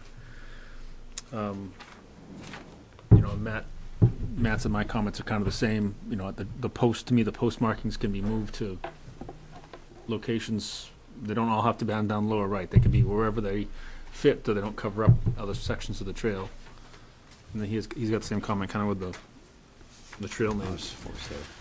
And they made the compass rose bigger, which is great, but to me they could make it bigger. Yeah. I don't see it on this. Exactly. So it's here. It's probably not on the copy I sent out, huh? No, it's on one of the copies because I have it. Yeah, I have it here. But but even on the Horse Hill one, it's kind of there, but they made it a little bigger. I mean, it's in a location where it's not covering anything, so Yeah. make it a little prominent. Okay. Okay. but they look nice. It was kind of We don't have another meeting prior to Yeah. the carnival. Uh-huh. We don't, no. Yeah. So, is there a way we can get copies of these printed out just for the carnival? We don't need the flip side, we just want the map. Well, so Plan they're, on going in. they're gonna give Yeah. Matt Okay. an Horse Hill one. Can we even just get the draft of the WASP, have them stamp draft on it, that's fine. You know, and we can still be just nice, because we're gonna be at Wasserman Park. Mm. You know, that would be nice to have that hung up and say, yeah, here's all the trails right here, because we walk in there every year and people, Yeah. you know, oh, how big is this? What is this place? You know, they don't even have any idea what it is. Mm. So.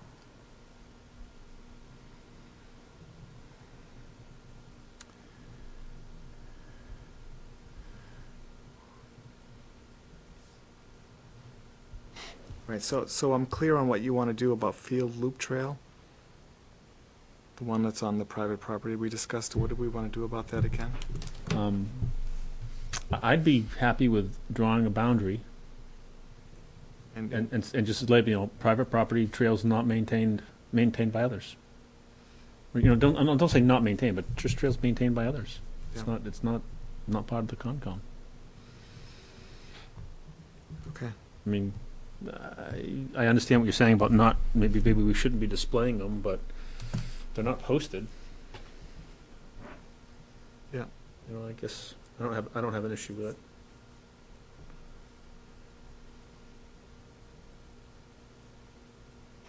Speak up, Gina. No, I'm just noticing that this little square up here on both maps looks the same. The same one on Horse Hill is the same one on Wasserman. Is it supposed to be? They're pretty close. I mean, it's such a small. Yeah, that's what I'm saying. That locust map, I understand the locust map. It's a great idea, but You don't think it adds any value? it's We just could remove it. it's just so small. Yeah, it really doesn't add any value. I mean, to me, it's confusing because it's the exact same picture. You know, Yeah, 'cause yeah, that's what I'm saying. At on a that map like that, at that granulation, Yeah. it's just about. Yeah. it is pretty You know, useless, I think. When you think of the size of that map, when we put the stamp on there for Greater Woods, it's going to overlap that. You know, and then we're going to stick Mitchell Woods on there or something at some point in time, and it's going to overlap it. You know, it's going to they're just. I mean, I like the concept of it. I think it's a good idea. I like the locust maps, but I think for these, it unfortunately doesn't really. Yeah. It's not like it really helps people get to that location. No. Well, not at all, because, that doesn't help It's me at all. useless. Yeah, it doesn't help you. It doesn't like, that's the road I can get on right here. Yeah. You know, it doesn't really. It just makes things Yeah. busier. Okay. Do we have an address on there anywhere? Yes, right under the. 184 Okay. Amherst Road Mm. and 16 Medical Road. Okay. So Tom Mahon made the comment about the parking areas, Yeah. because only residents can park in the parking area that's shown. So we actually probably have to change that. I think we should also put that resident parking and then non-resident parking, because they're both really on the map, because he's got dog park over here. Yeah. And maybe in here, right, parking open dawn till dusk, because these parking areas are not like Amherst Road that's So- open. How do you get to the dog park from that parking lot? It's on the. Out on It's on the. It's in the non-resident parking lot.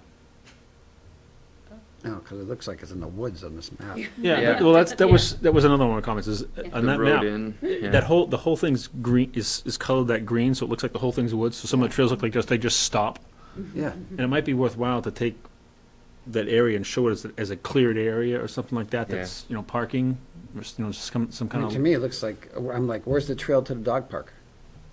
This side looks like there's woods and, Right, that whole thing looks like it's wood, so we may need to have some kind of boundaries that are maybe cleared with a lighter color or something like that to show that baseball field, the, right, there's some buildings in here. I right, think Google Maps will show you the road system. yeah, Because there's a road that goes down Yeah, past the tennis courts. Yeah. yeah, And past, these trails that it's here. come in here. because it looks like those trails just end. Like, so people are gonna, oh, I don't wanna walk down there, it's just gonna stop and I gotta turn around and come back. Which is not really the case.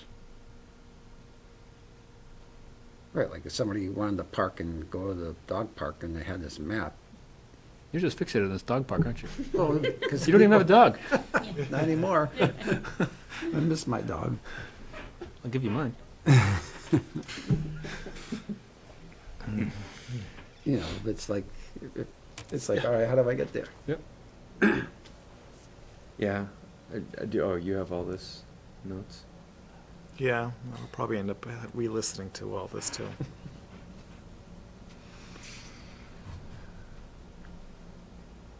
Okay. All right, well, we'll give that another round. Greater Woods is really between you and them, or you guys and them, because you know much more about that, whether it looks right and all that stuff, so. Haven't seen a draft of that one yet. Yeah, I haven't either, so. Do you have a giraffe online or anything? So I, See it? I also did, we had a long conversation about Wildcat Falls. The subcommittee met since our last meeting, and their comment was the same as ours, was to only promote the trails that we agreed to that are in the current map, and not promote or show the others. Not to lose the data, but only to show those trails on our map. So. So you're just gonna show the trails like going up to them and then a boundary line, say, Yeah, well, some of them just Not, won't you know, even. DOT property and won't not even even, see them. yeah. So, it does show some of the DOT trails on the current map, so we're gonna, those will remain. Okay. So, but we're not gonna show all the little ones, especially the ones along the river where we have erosion issues and stuff. Yeah. So I'm expecting a Wildcat Falls map at some point now too, so. Wow. Are you giving them that input before they give you the draft? Yeah, Okay. yeah, I already gave it to them, so.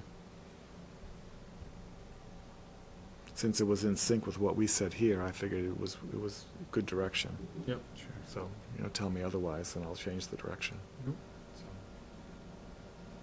So, by the contract we set up with them, they're supposed to have all the drafts done by the end of April. So they're kind of close to on that schedule, so, even though they'd like to have them done sooner than that. That's the thing, because I mean, Horse Hill is really, a couple changes, and we're gonna be like, yeah, okay, go. Yeah. So, Yeah. Okay, that's all I got. How would you feel about, so they have where the trail crosses a rock wall. How would you feel, because this rock wall is significant and goes almost up to Natticook Road. You want to pick the rock wall? To pick the rock wall? You can ask. yeah, how do we get it to make it not look like another trail? Yeah. Looks Right. like 808 trail. See, I think that rock wall is significant because It's on the north side of it Yeah. is conservation property. it's a boundary line, yeah. And on the parking lot side of it, it is Parks and Rec property and closed at night.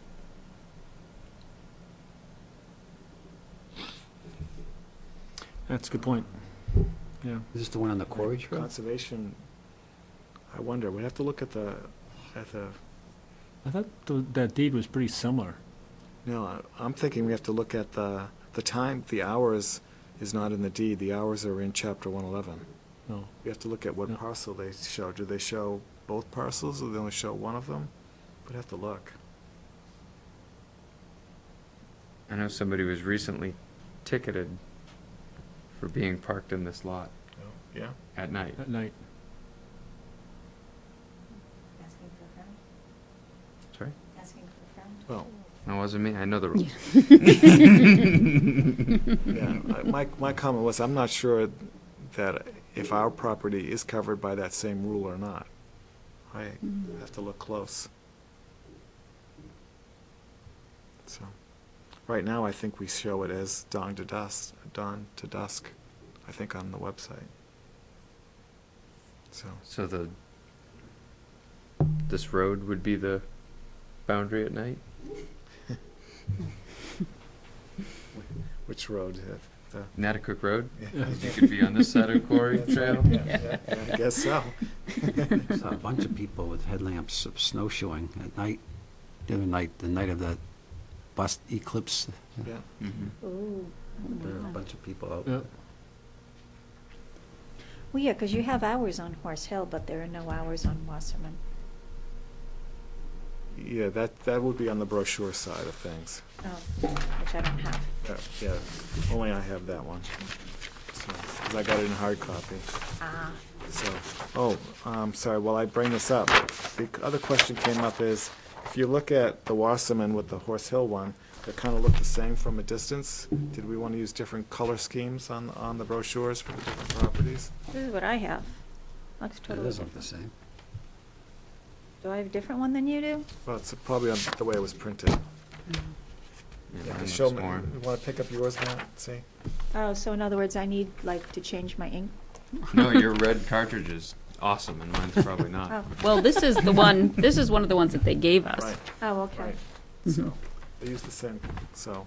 I think my blue needs I- to be changed. I kind of thought it was not a big deal because Yeah. you can kind of read it, but Right. Mhm. I just wanted to ask the question.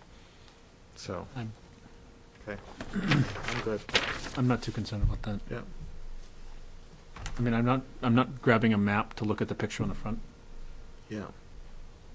Well, I think he just meant it's easier to. Right. No, I know, but I Don't mean, as long pick as I one can, up by I can mistake. read the title and it's clear, Mm-hmm. and, the picture, that's nice, yeah, Mhm. okay, it's, I want to look at the map, Right. you know? I have without my glasses on. Yeah. It's great. That's because she's holding it way over there for you. You ready? I can read that. Thanks, Cindy.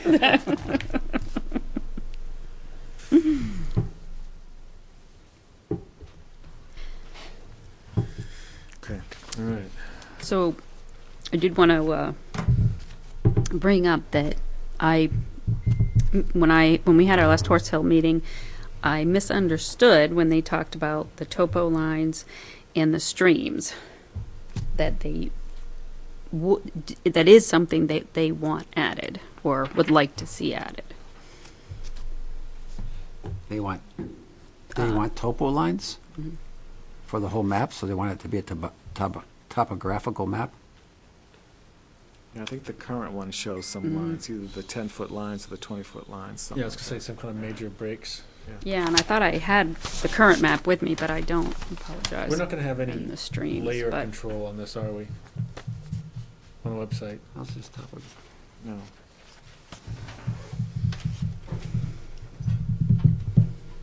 Don't we have in the minutes that we weren't going to do the topo lines? I thought that they did not want them because they thought that they were going to be too busy. Too busy, yeah. But Yeah. I must have misunderstood. Oh. Yeah, I think it's going to be too busy. Mhm. I do think- too. So, wait, so the subcommittee wants them or doesn't want them? They do want them. They do. Mhm. Yeah. So they want the entire map to be topographical, to show all the contour lines and the elevations. Mhm. What if, instead of doing that, quite honestly, because that would be really busy, what if you just put the elevations on the highest, anything over a certain level? They have I a think couple they of have, those. yeah. Yeah, And the streams was the other. yeah. Yeah. I mean, So you you've see got- where the streams Yeah, are. you have But it. For the streams to be accurate, you have to go out and map them because the streams layers that they got, well, as we know, the ponds weren't big enough right, that you. because they're using old photographic stuff. So you would have a light. We'll see if I can pull up. The one of intent of the maps. map is for the hikers and stuff like that. Yeah. Mhm. If you want topo, I've got 3 different apps on my phone that'll give me topo of Horse Hill. And it's not like you're in the middle of the White Mountains or something. Yeah. Yeah, Bushwhacking out yeah. west or. In fact, I got a really nice map that does topo and tracks my movements and all that stuff.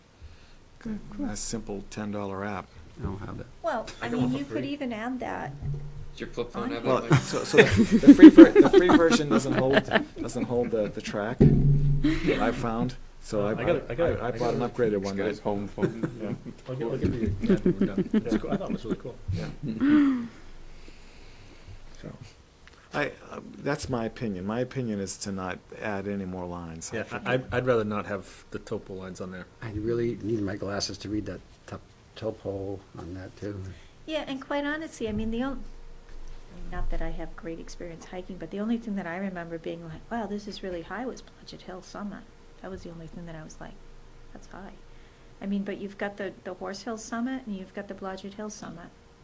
So, I mean, I don't really know if, as a hiker, and I'm not an experienced hiker, those are really the only 2 things that I would find challenging. Or interesting. I'm old and out of shape, Yeah. so. And Mike, as a hiker, looks at those and thinks they're bumps.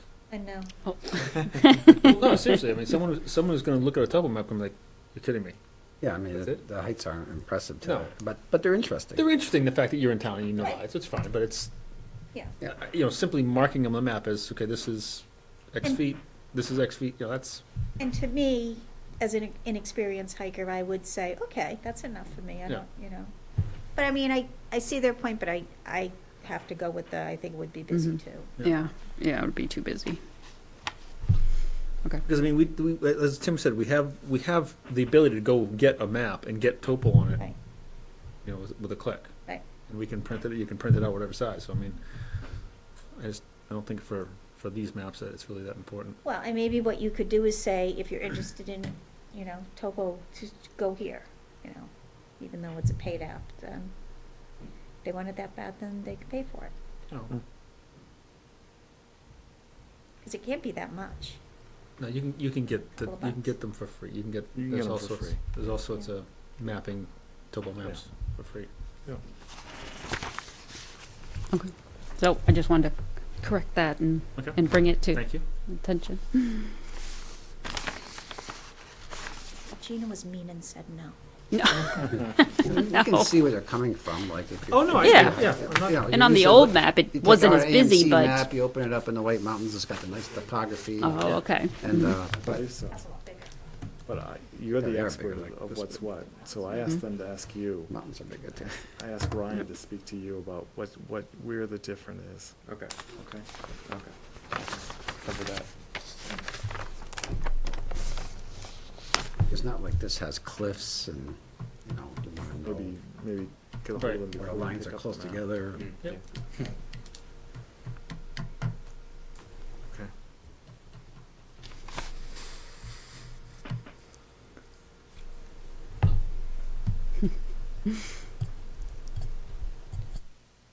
we good? Yep. All right. Duck boxes. I did check one more duck box when I was skiing, and it had eggs in it. Oh, did it? Good. So 2 out of 3 of the boxes that I checked had eggs. Was that the one up top? Upper, yeah. One on the upper. Right in the middle of that pond? Yeah, I think, yeah. We were talking about the same one. So I have to pull, now I gotta bring some shavings and clean them out. So that's safe to go out there on those?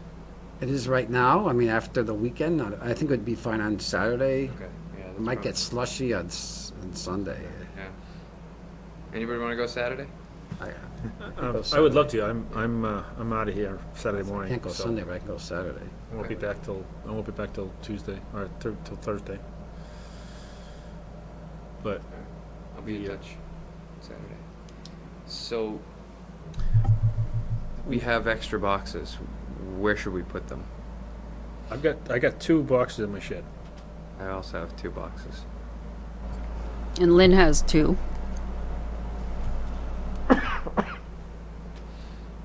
Could you email Lynn Mhm. to see if she has has cleaned out the boxes on White Pine Swamp? On Los Loco Pond, I mean? Oh, sure.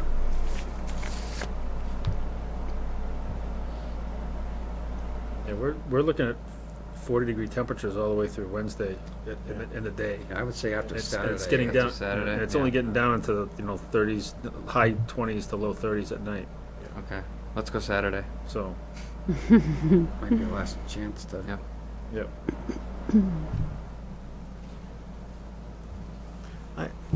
I would say where you're having some success, you might want to try another one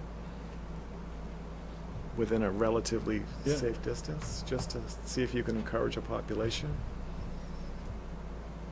I can pull them out of the shed. I can leave them accessible if you want them, or if you've got others. We got, Because I'm trying to think. So, of the tiered ponds, the So- big pond has one. Right, the cul-de-sac pond, the big one, right, that only has one fell in the water. Right. So only, I There's think only it only one has remaining. one. I don't know if that has eggs in it or not. Okay. And then the next pond up, I checked two, and one had eggs. Okay. And then the next pond up, I checked out one And that had eggs. that had eggs. So there are a lot of boxes in those two upper ponds. Yeah. They're getting eggs, but I don't even think we could find another standing tree to put a. Yeah, box the, on. the cul-de-sac pond there has nothing sticking up And there's anymore. nothing sticking up in the big pond. Are these wood ducks that are coming? Yes. Okay. Yeah, and in the upper pond, the trail, drilled rock trail goes along. I sat at the bank there. There's a rock. I sat at the bank there last summer, and you could hear those things going by. Yeah. I mean, they were just like they use that area a lot. Yeah. Is on the hockey pond, is there a standing tree Where's the hockey pond? up by Ridge. off a link trail? If you walked Ridge and it hits Link, if you just kept walking, don't go down Link. Yeah, but that kind of set it kinda down. sinks down Yeah. there. Okay. There may be in the back corner of it, closest to Link, on the back side. There's some trees. I don't know if they're really. I only go to the dam and around the front. I don't Yeah. really go in the back, but there might be. That's a small pond, but Yeah. I bet they would. I bet they would use it. There's a lot of activity. There's a lot of activity in there. There's a lot of beaver in there, and you go up there in the summer and stuff like that. You see deer up there and stuff all the time. There's a lot of things. There's a lot of things dipping in that little pond. So do we snowshoe? Well, you can walk up. Well, there is a trail to it. Yeah, I mean, Yeah. we'd have to snowshoe, I guess. 'Cause You could probably ski. It would be easy to snowshoe though, you have to take especially the if we're skis carrying a up. box. You're gonna want to snowshoe because that where it comes down the hill from Link, Mm. that edge it's just kind of a steep little edge right there. Yeah, we'll snowshoe. It's gonna be easier to snowshoe over there, especially once you get around the back side. It's relatively steep going up that hill. Yeah. And then there's two in the school pond. The school loop pond. Yeah. So Greater Woods is. Yeah. There are a lot of boxes in Greater Woods. Long Pond only has one because I didn't want to disturb the nests. However, the one tree that I did put a box on had birds in the nest this year, so they don't care about the wood duck box. Yeah. So we probably could put another one in another tree, but I wanted to Yeah. tread lightly on that Right. because Right. Yeah. But they didn't mind. They didn't mind because with the herons there was an osprey nest this year, so Yeah. they don't mind. They're friendly with other birds. They plow well with others. Do we have anything in Wildcat? Any place to put one in Wildcat? Not really. Not really. The detention pond. Well, There have been bad ducks. there's backside of Mitchell Woods. There's a It's Well, a the- huge swamp. So I mean, there's plenty of swampiness area in Wildcat Falls where all the blueberry bushes go out and stuff like that, but there's not a lot of depth. I'm not sure that the ducks would actually enjoy there. I'm not sure that. Yeah, it's thick.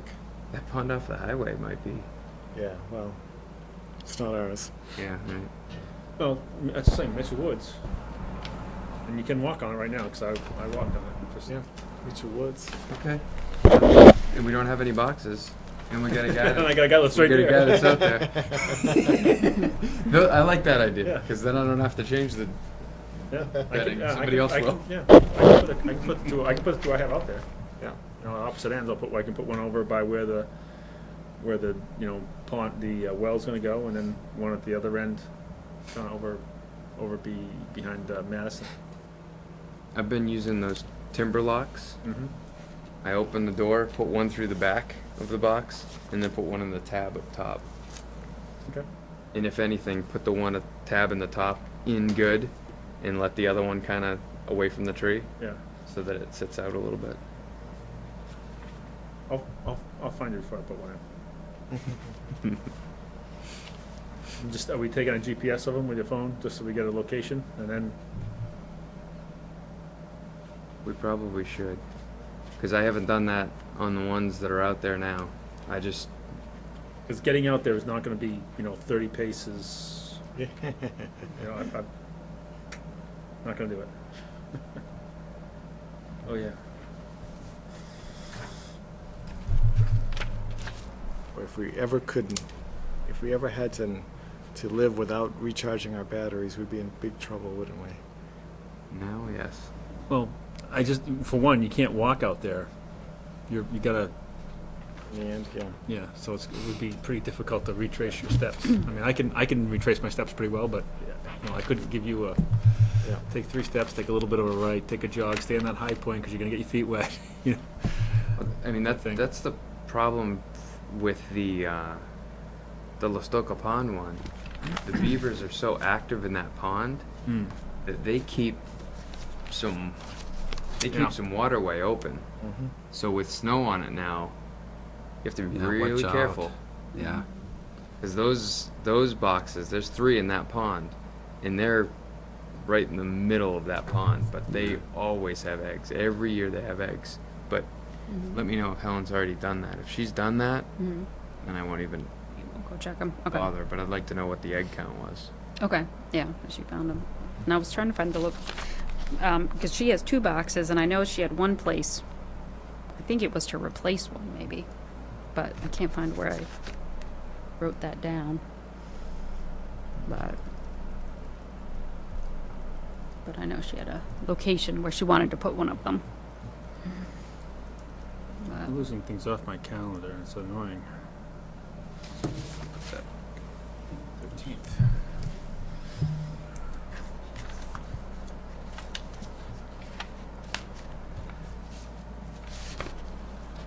All right, we good with duck boxes? Yeah. Good. All right, invasive. I don't think we really have a whole lot of update on that. We don't really need to keep that on there until we have some spring Right. come back and we can see what's going on. And I'll remove that for a while. Bring it up in April. Yeah.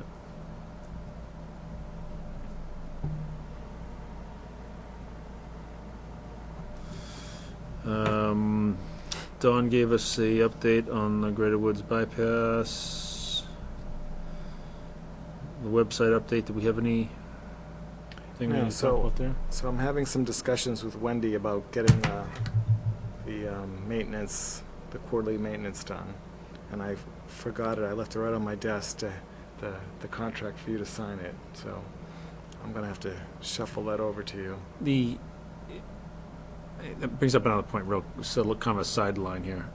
When someone takes on a project, do we want to have all those contract signings have to come back up to the chair? Can the project lead take that, because they're going to be reporting up through us anyways, and then assign those. I mean, it seems silly to kind of make these people wait till whoever can get back down to seeing me and sign a contract. Is that something we have to do through the legal here in town, or is that just something we can make a decision on? I think you can take a vote and authorize someone to sign for the commission. I mean, if we're gonna assign within the group, if we're gonna assign someone as the project lead for that project, I think that we're instilling with them enough faith that we can say they can sign the contracts and appropriate invoices when they Yes. report up. So the invoices, I think we'd have to change our bylaws, Okay. to take a look at the bylaws. All right. Well, okay. We can look at that then. Yeah. I mean, am I the only one that feels that way, or is that? I think it's a good idea, as long as everything's open to the, Oh, to the right. I mean, committee. everything's open. I mean, but we have a project that's running. We say, Yeah. Matt was doing all those signs. Okay, is there any reason to have him waiting for this next Monday to come around before he signs a contract? He's told us all about it. We've all said, yes, we want to go. He gets the thing, and now Might he's as got well to wait sign 2 weeks to get it signed. Yeah. It just seems to me like we're, Yeah. kind of delaying ourselves. Yeah, Well, I we'll would look- think as long as we put. look in the it- bylaws as and- long- Yeah, and as long as Yeah. we do a vote at the meeting that authorizes someone to Yep. sign for the commission. Because if you notice, when I've done the land donations and purchases, I always ask the town council to authorize the town manager to sign all pertinent Yeah. documents. So, Thanks for bringing that up. I'd forgotten about that.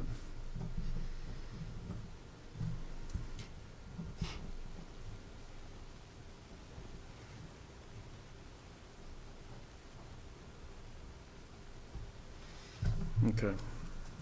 So there is a invoice to sign, there's a contract to sign, contract to sign? Okay. and then we'll get invoiced quarterly. How soon do we need it back by?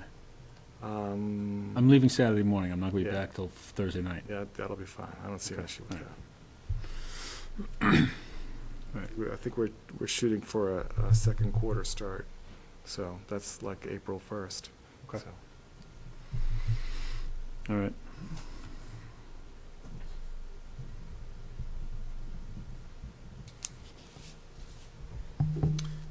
Subcommittee updates.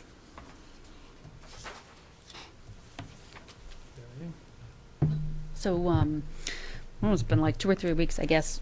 A few of us from the Horse Hill Subcommittee went out to check out the beaver flooding area. And one of the members, Dawn's been going out a lot and trying to keep some of the water flowing a little bit. And the trail, I think you had mentioned that there was kind of a makeshift trail. So we tried to point people in that direction. This kind of makeshift trail next to it, next to the place where it was flooded, and there's a big log there. So we just kind of put, tree branches so people would see kind of where it is for now until snow melts and we can figure out what to do. And then looking at the beaver dams, and I'm sure that Mike from Beaver Solutions probably had the same thought, I guess, is that if the water were to rise on the east side of the property, that would be fine, because it wouldn't affect trails or anything. So we encouraged maybe the beavers to try and go that direction. So, in other words, don't do anything to, like some of the dams to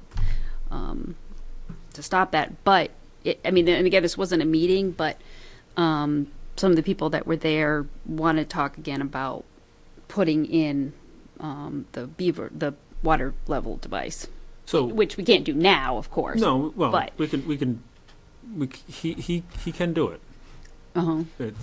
We pay a little bit more seasonal. We're going to pay some seasonal price adjustments, but he Be very said, cold, right, for him to go in. yeah. But no, I mean, and his comment was the fact that the way layout of the land, if he puts a device in, Mm-hmm.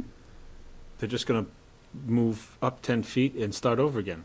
So you're going to put Mhm. another device, and it's just not. It's not like you get this all this big water piece that comes into one choke point. It's Right. just a choke point all the way up. So it doesn't really, we can put one in, Mm-hmm.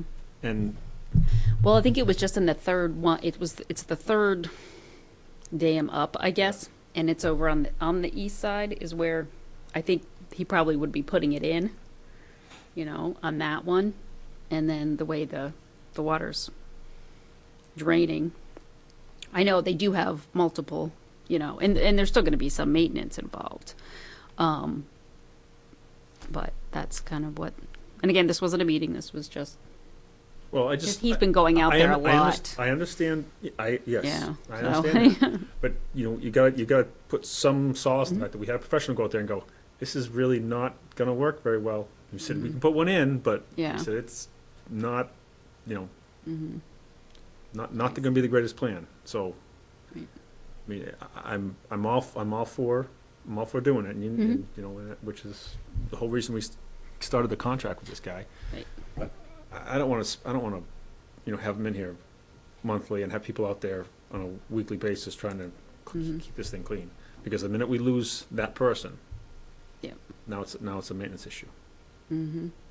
So if moving the trail is Well, I think Don's been going out every week now. right, well, that's what I'm Doing saying. stuff, It's exactly. And when the minute he's Yeah. he's not there doing it, now what? Right.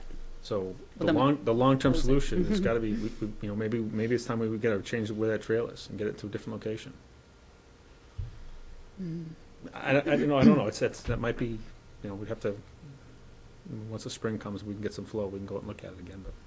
But Yeah, I'd like to look at it again, because the other solution is the loop trail has a break in it for a couple of years till the beaver run out of food and move on.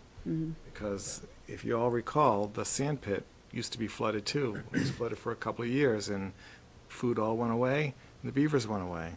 And now you can walk through the sand pit again. and Beaver Pond behind the middle school is now Beaver Meadow. Oh, that's right. Yeah. What do beavers eat? They- Hardwood trees. Well, they actually Eat the trees? they actually prefer the green leafy aquatic plants. Yeah. That's their preferred food. They use the tree barks and stuff when they have nothing else. Yeah. Okay. They chew that and they take the bark and get that cambium layer underneath. That's why Okay. they try to bury it and let it get soaked. So You'll once the see a gr- bunch of it by their lodges and They're not particularly fond of the conifers. So once the surrounding areas, you know, once all the small saplings and the small hardwoods and ash, all that, they're all gone and they're all back to conifers, that's when you start to see the population dwindle Yeah. and they move on. And that's exactly what happened behind the middle school. Okay. You go around there, it's all pine, and it's only now, here we are, you know, 10 years later, that you're starting to see small hardwoods back up. Yeah. So they tend to have like everything tends to go in like 3 or 4 year cycles for them? I don't know if I'd say, I don't know. It's not a, I could, It- can't put it's- a number on it. Yeah, it's dependent on their environment, depending on what's around for them to feed on. Yeah, how many beavers they have, how many babies they have, and all Yeah. that other stuff too. So Yeah. And the other reason they want to raise the water level is so that there's safety in the water. Yeah. So they don't want to be out, you know, out of the water unless they have to. So if the water level's higher, they can get out on the bank and bring, you know, the food in. Okay. But you should see that there was a hill where you could see that they'd been sliding down. Oh. That would be cool. I'd love to see that. Moving target. I know, yeah, Gary, yeah, I know. And they I'm see picturing Gage. myself freezing, you know. Well, for them to build Yeah, well, a that's true. duplex, Think about is that pretty unusual? Or Well, no, it's a little self-fulfilling prophecy. They build a dam, and they raise the water, and two lodges, yeah, one but on they top. but they they're in it. But then anytime something happens, you get a large rainstorm or something like that, and there's water flowing over the dam, they go up and fix it again because they think there's something wrong with it. Well, now they just raised the water level; it's flooded their house, so they build it up. So every time there's any kind of water event, they fix the dam, and then they lose their house. They build it up. Middle Pond has like two, right? Yeah, and they'll So one of them's higher, Okay, so and the the other other one's one's lower. probably flooded. So they live in one some part of the year, and then they go into the other one for the Oh. high water part of the year. And it has to be certain depth or the food will freeze, you know, because they keep food under the water in the wintertime. right. So if it's too low, then Yeah. it can't survive. 4 feet. They want 4 feet of water. That's what the- Greens Pond was fantastic this year for because the pond drained, you could go and look inside the beaver dam. Yeah. Oh, cool. I know. It was such a learning experience to see what it looks like inside and how they have a couple different ways out. So if something does get up in there, there's a couple of escapes. Yeah, but they left because There's no they water. weren't safe because a coyote could go up in. So they moved out.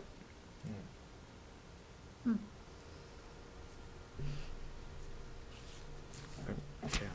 I think for now, we should just wait till spring and take a look at it again, but I'm not of the opinion that we should be putting in a water control device here, and then 30 feet up, put another one in, and 30 feet up, put another one in. Yeah, a year later, yeah, it's gonna, that's what we're gonna end up. Because it's a ravine all the way through there, so they block off a spot, they get what they want, they're just, once that doesn't achieve it, they're just gonna They go a kick little the bit kids further. out, they go upstream a couple feet. Right. Yeah, Do it drop again. another one, right. You know, so, we're gonna end up battling it from, Because it's a tight ravine all the way through there. That's just the way it's gonna be, so. Were the beaver there out there when you were there? No. so. all right.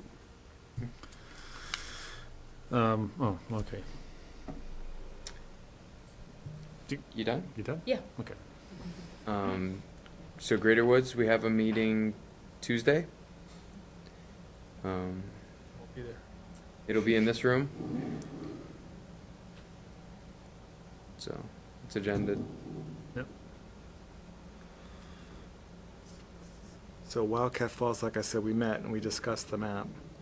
Also discussed more about setting up for someone to do a bird event, like we had talked.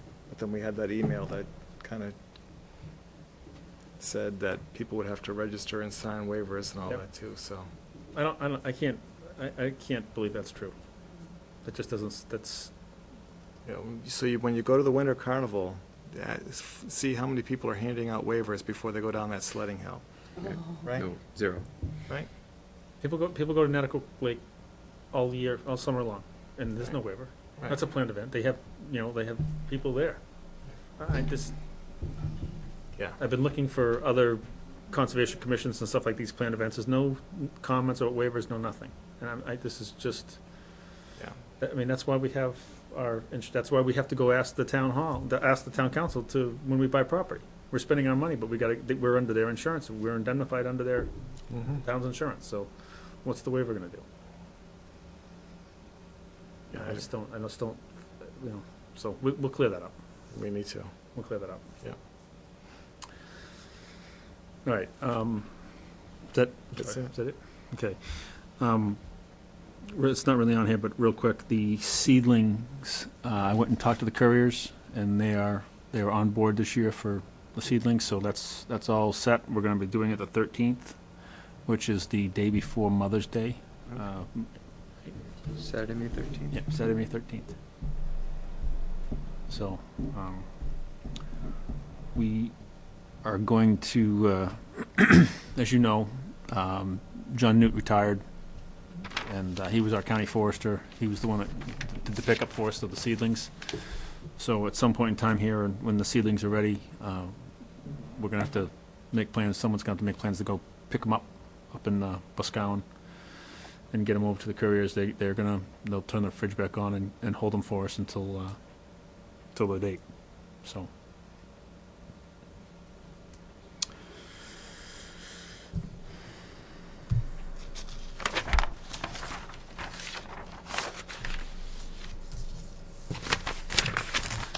All right, minutes.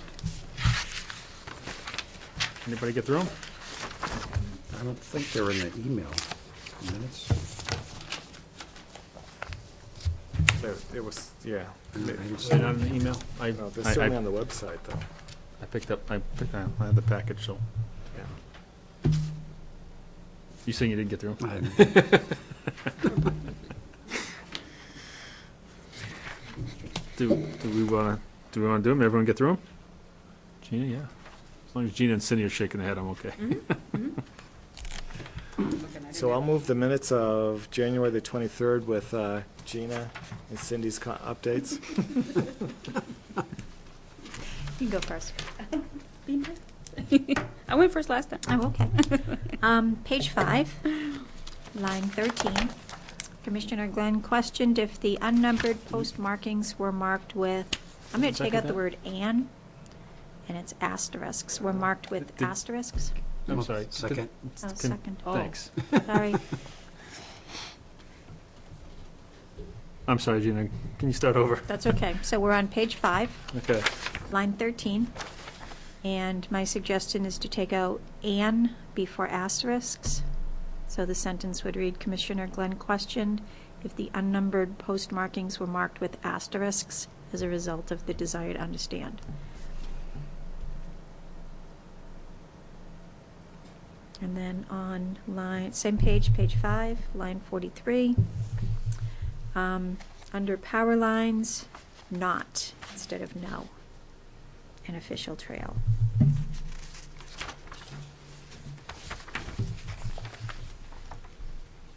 Page 6, line 31, capitalize the O in outdoors for Merrimack Outdoors. Also page 6, line 40, the 4 links, the commission, right now it says the commission was provided for. I would say has provided for. It's 4 properties.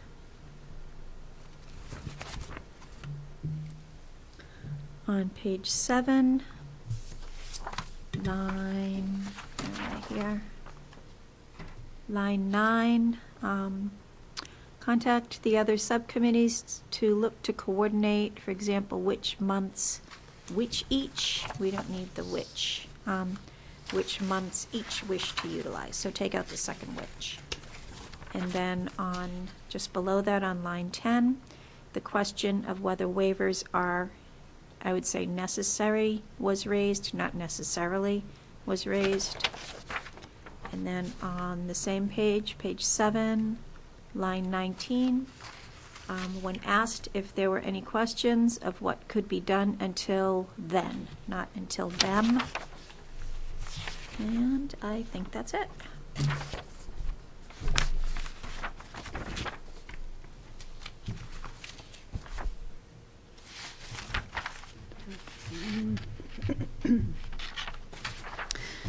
On page 2, row 44, are there any public parks and then recreation areas? I think shouldn't there be a comma between recreation areas and conservation lands? Mm-hmm. This might be a direct Or did they quote mean- from the questions that were provided to us. Mm. So the non-bolded text is the actual question that was on the questionnaire. Oh, so if they didn't put a comma, Yeah. okay. Yeah, Well, that's why you know if they meant it as one big thing, I or? guess Dawn could take a look at it when Okay. she reviews this, but you may have found something, you may not have. It may be the original Right, text. if it was the same, okay. Yeah. That's fine. I'm just trying to make sense. Jean's got those. And then the only other one, on page 6, starting in row 30, that first one, Matt, when you were talking about the maps, what was that Wildcat Falls that was a new Facebook page? Or was that maybe Greater Woods or Horse Hill? It was Wildcat. It was Wildcat, okay. Because then at in row 34, it says that Tim noted the same thing occurred with Wildcat Falls. And well, that was the creation of a Facebook page. I think it's accurate. Okay. I just didn't know if they were confusing. But, okay, then that's all I have. Staying on page 6, the correction that Gina made on line 40, I think it actually Should be was. should be was, Okay. because it's the links that the NRPC provided the commission. Oh, okay. So strike Gina's change on line 40. Gotcha. Thank you.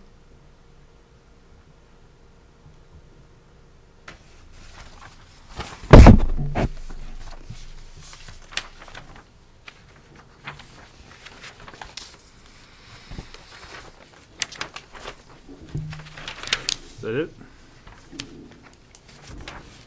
All right, take a vote. All those in favor of the minutes with the adjustments? Aye. All right. No, I'm gonna abstain because I wasn't here. So that's gonna pass 501.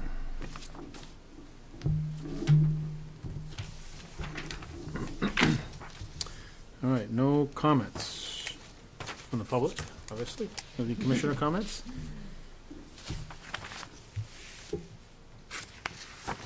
Anyone? Anyone? Bueller? Okay. All right. So we don't adjourn, we go into a non-public session, right, first? All right, so do we need a motion to go into that, or We do. we do? So I move per RSA 91-A:3, comma, Roman numeral 2D, consideration of the acquisition, sale, or lease of real or personal property which, if discussed in public, would likely benefit a party or parties whose interests are adverse to those of the general community. Second. Okay. Got me. What time are we doing this? It is 8:58. So we need to take a roll call vote to We go do. in? A roll call vote to go into? do. All right, so Cindy, how do you vote? Yes. Matt, how do you vote? Yes. Tim, how do you vote? Yes. Gina, how do you vote? Yes. Mike, how do you Yes. vote? Engaged, I vote yes. Okay, so we are now in non-public session.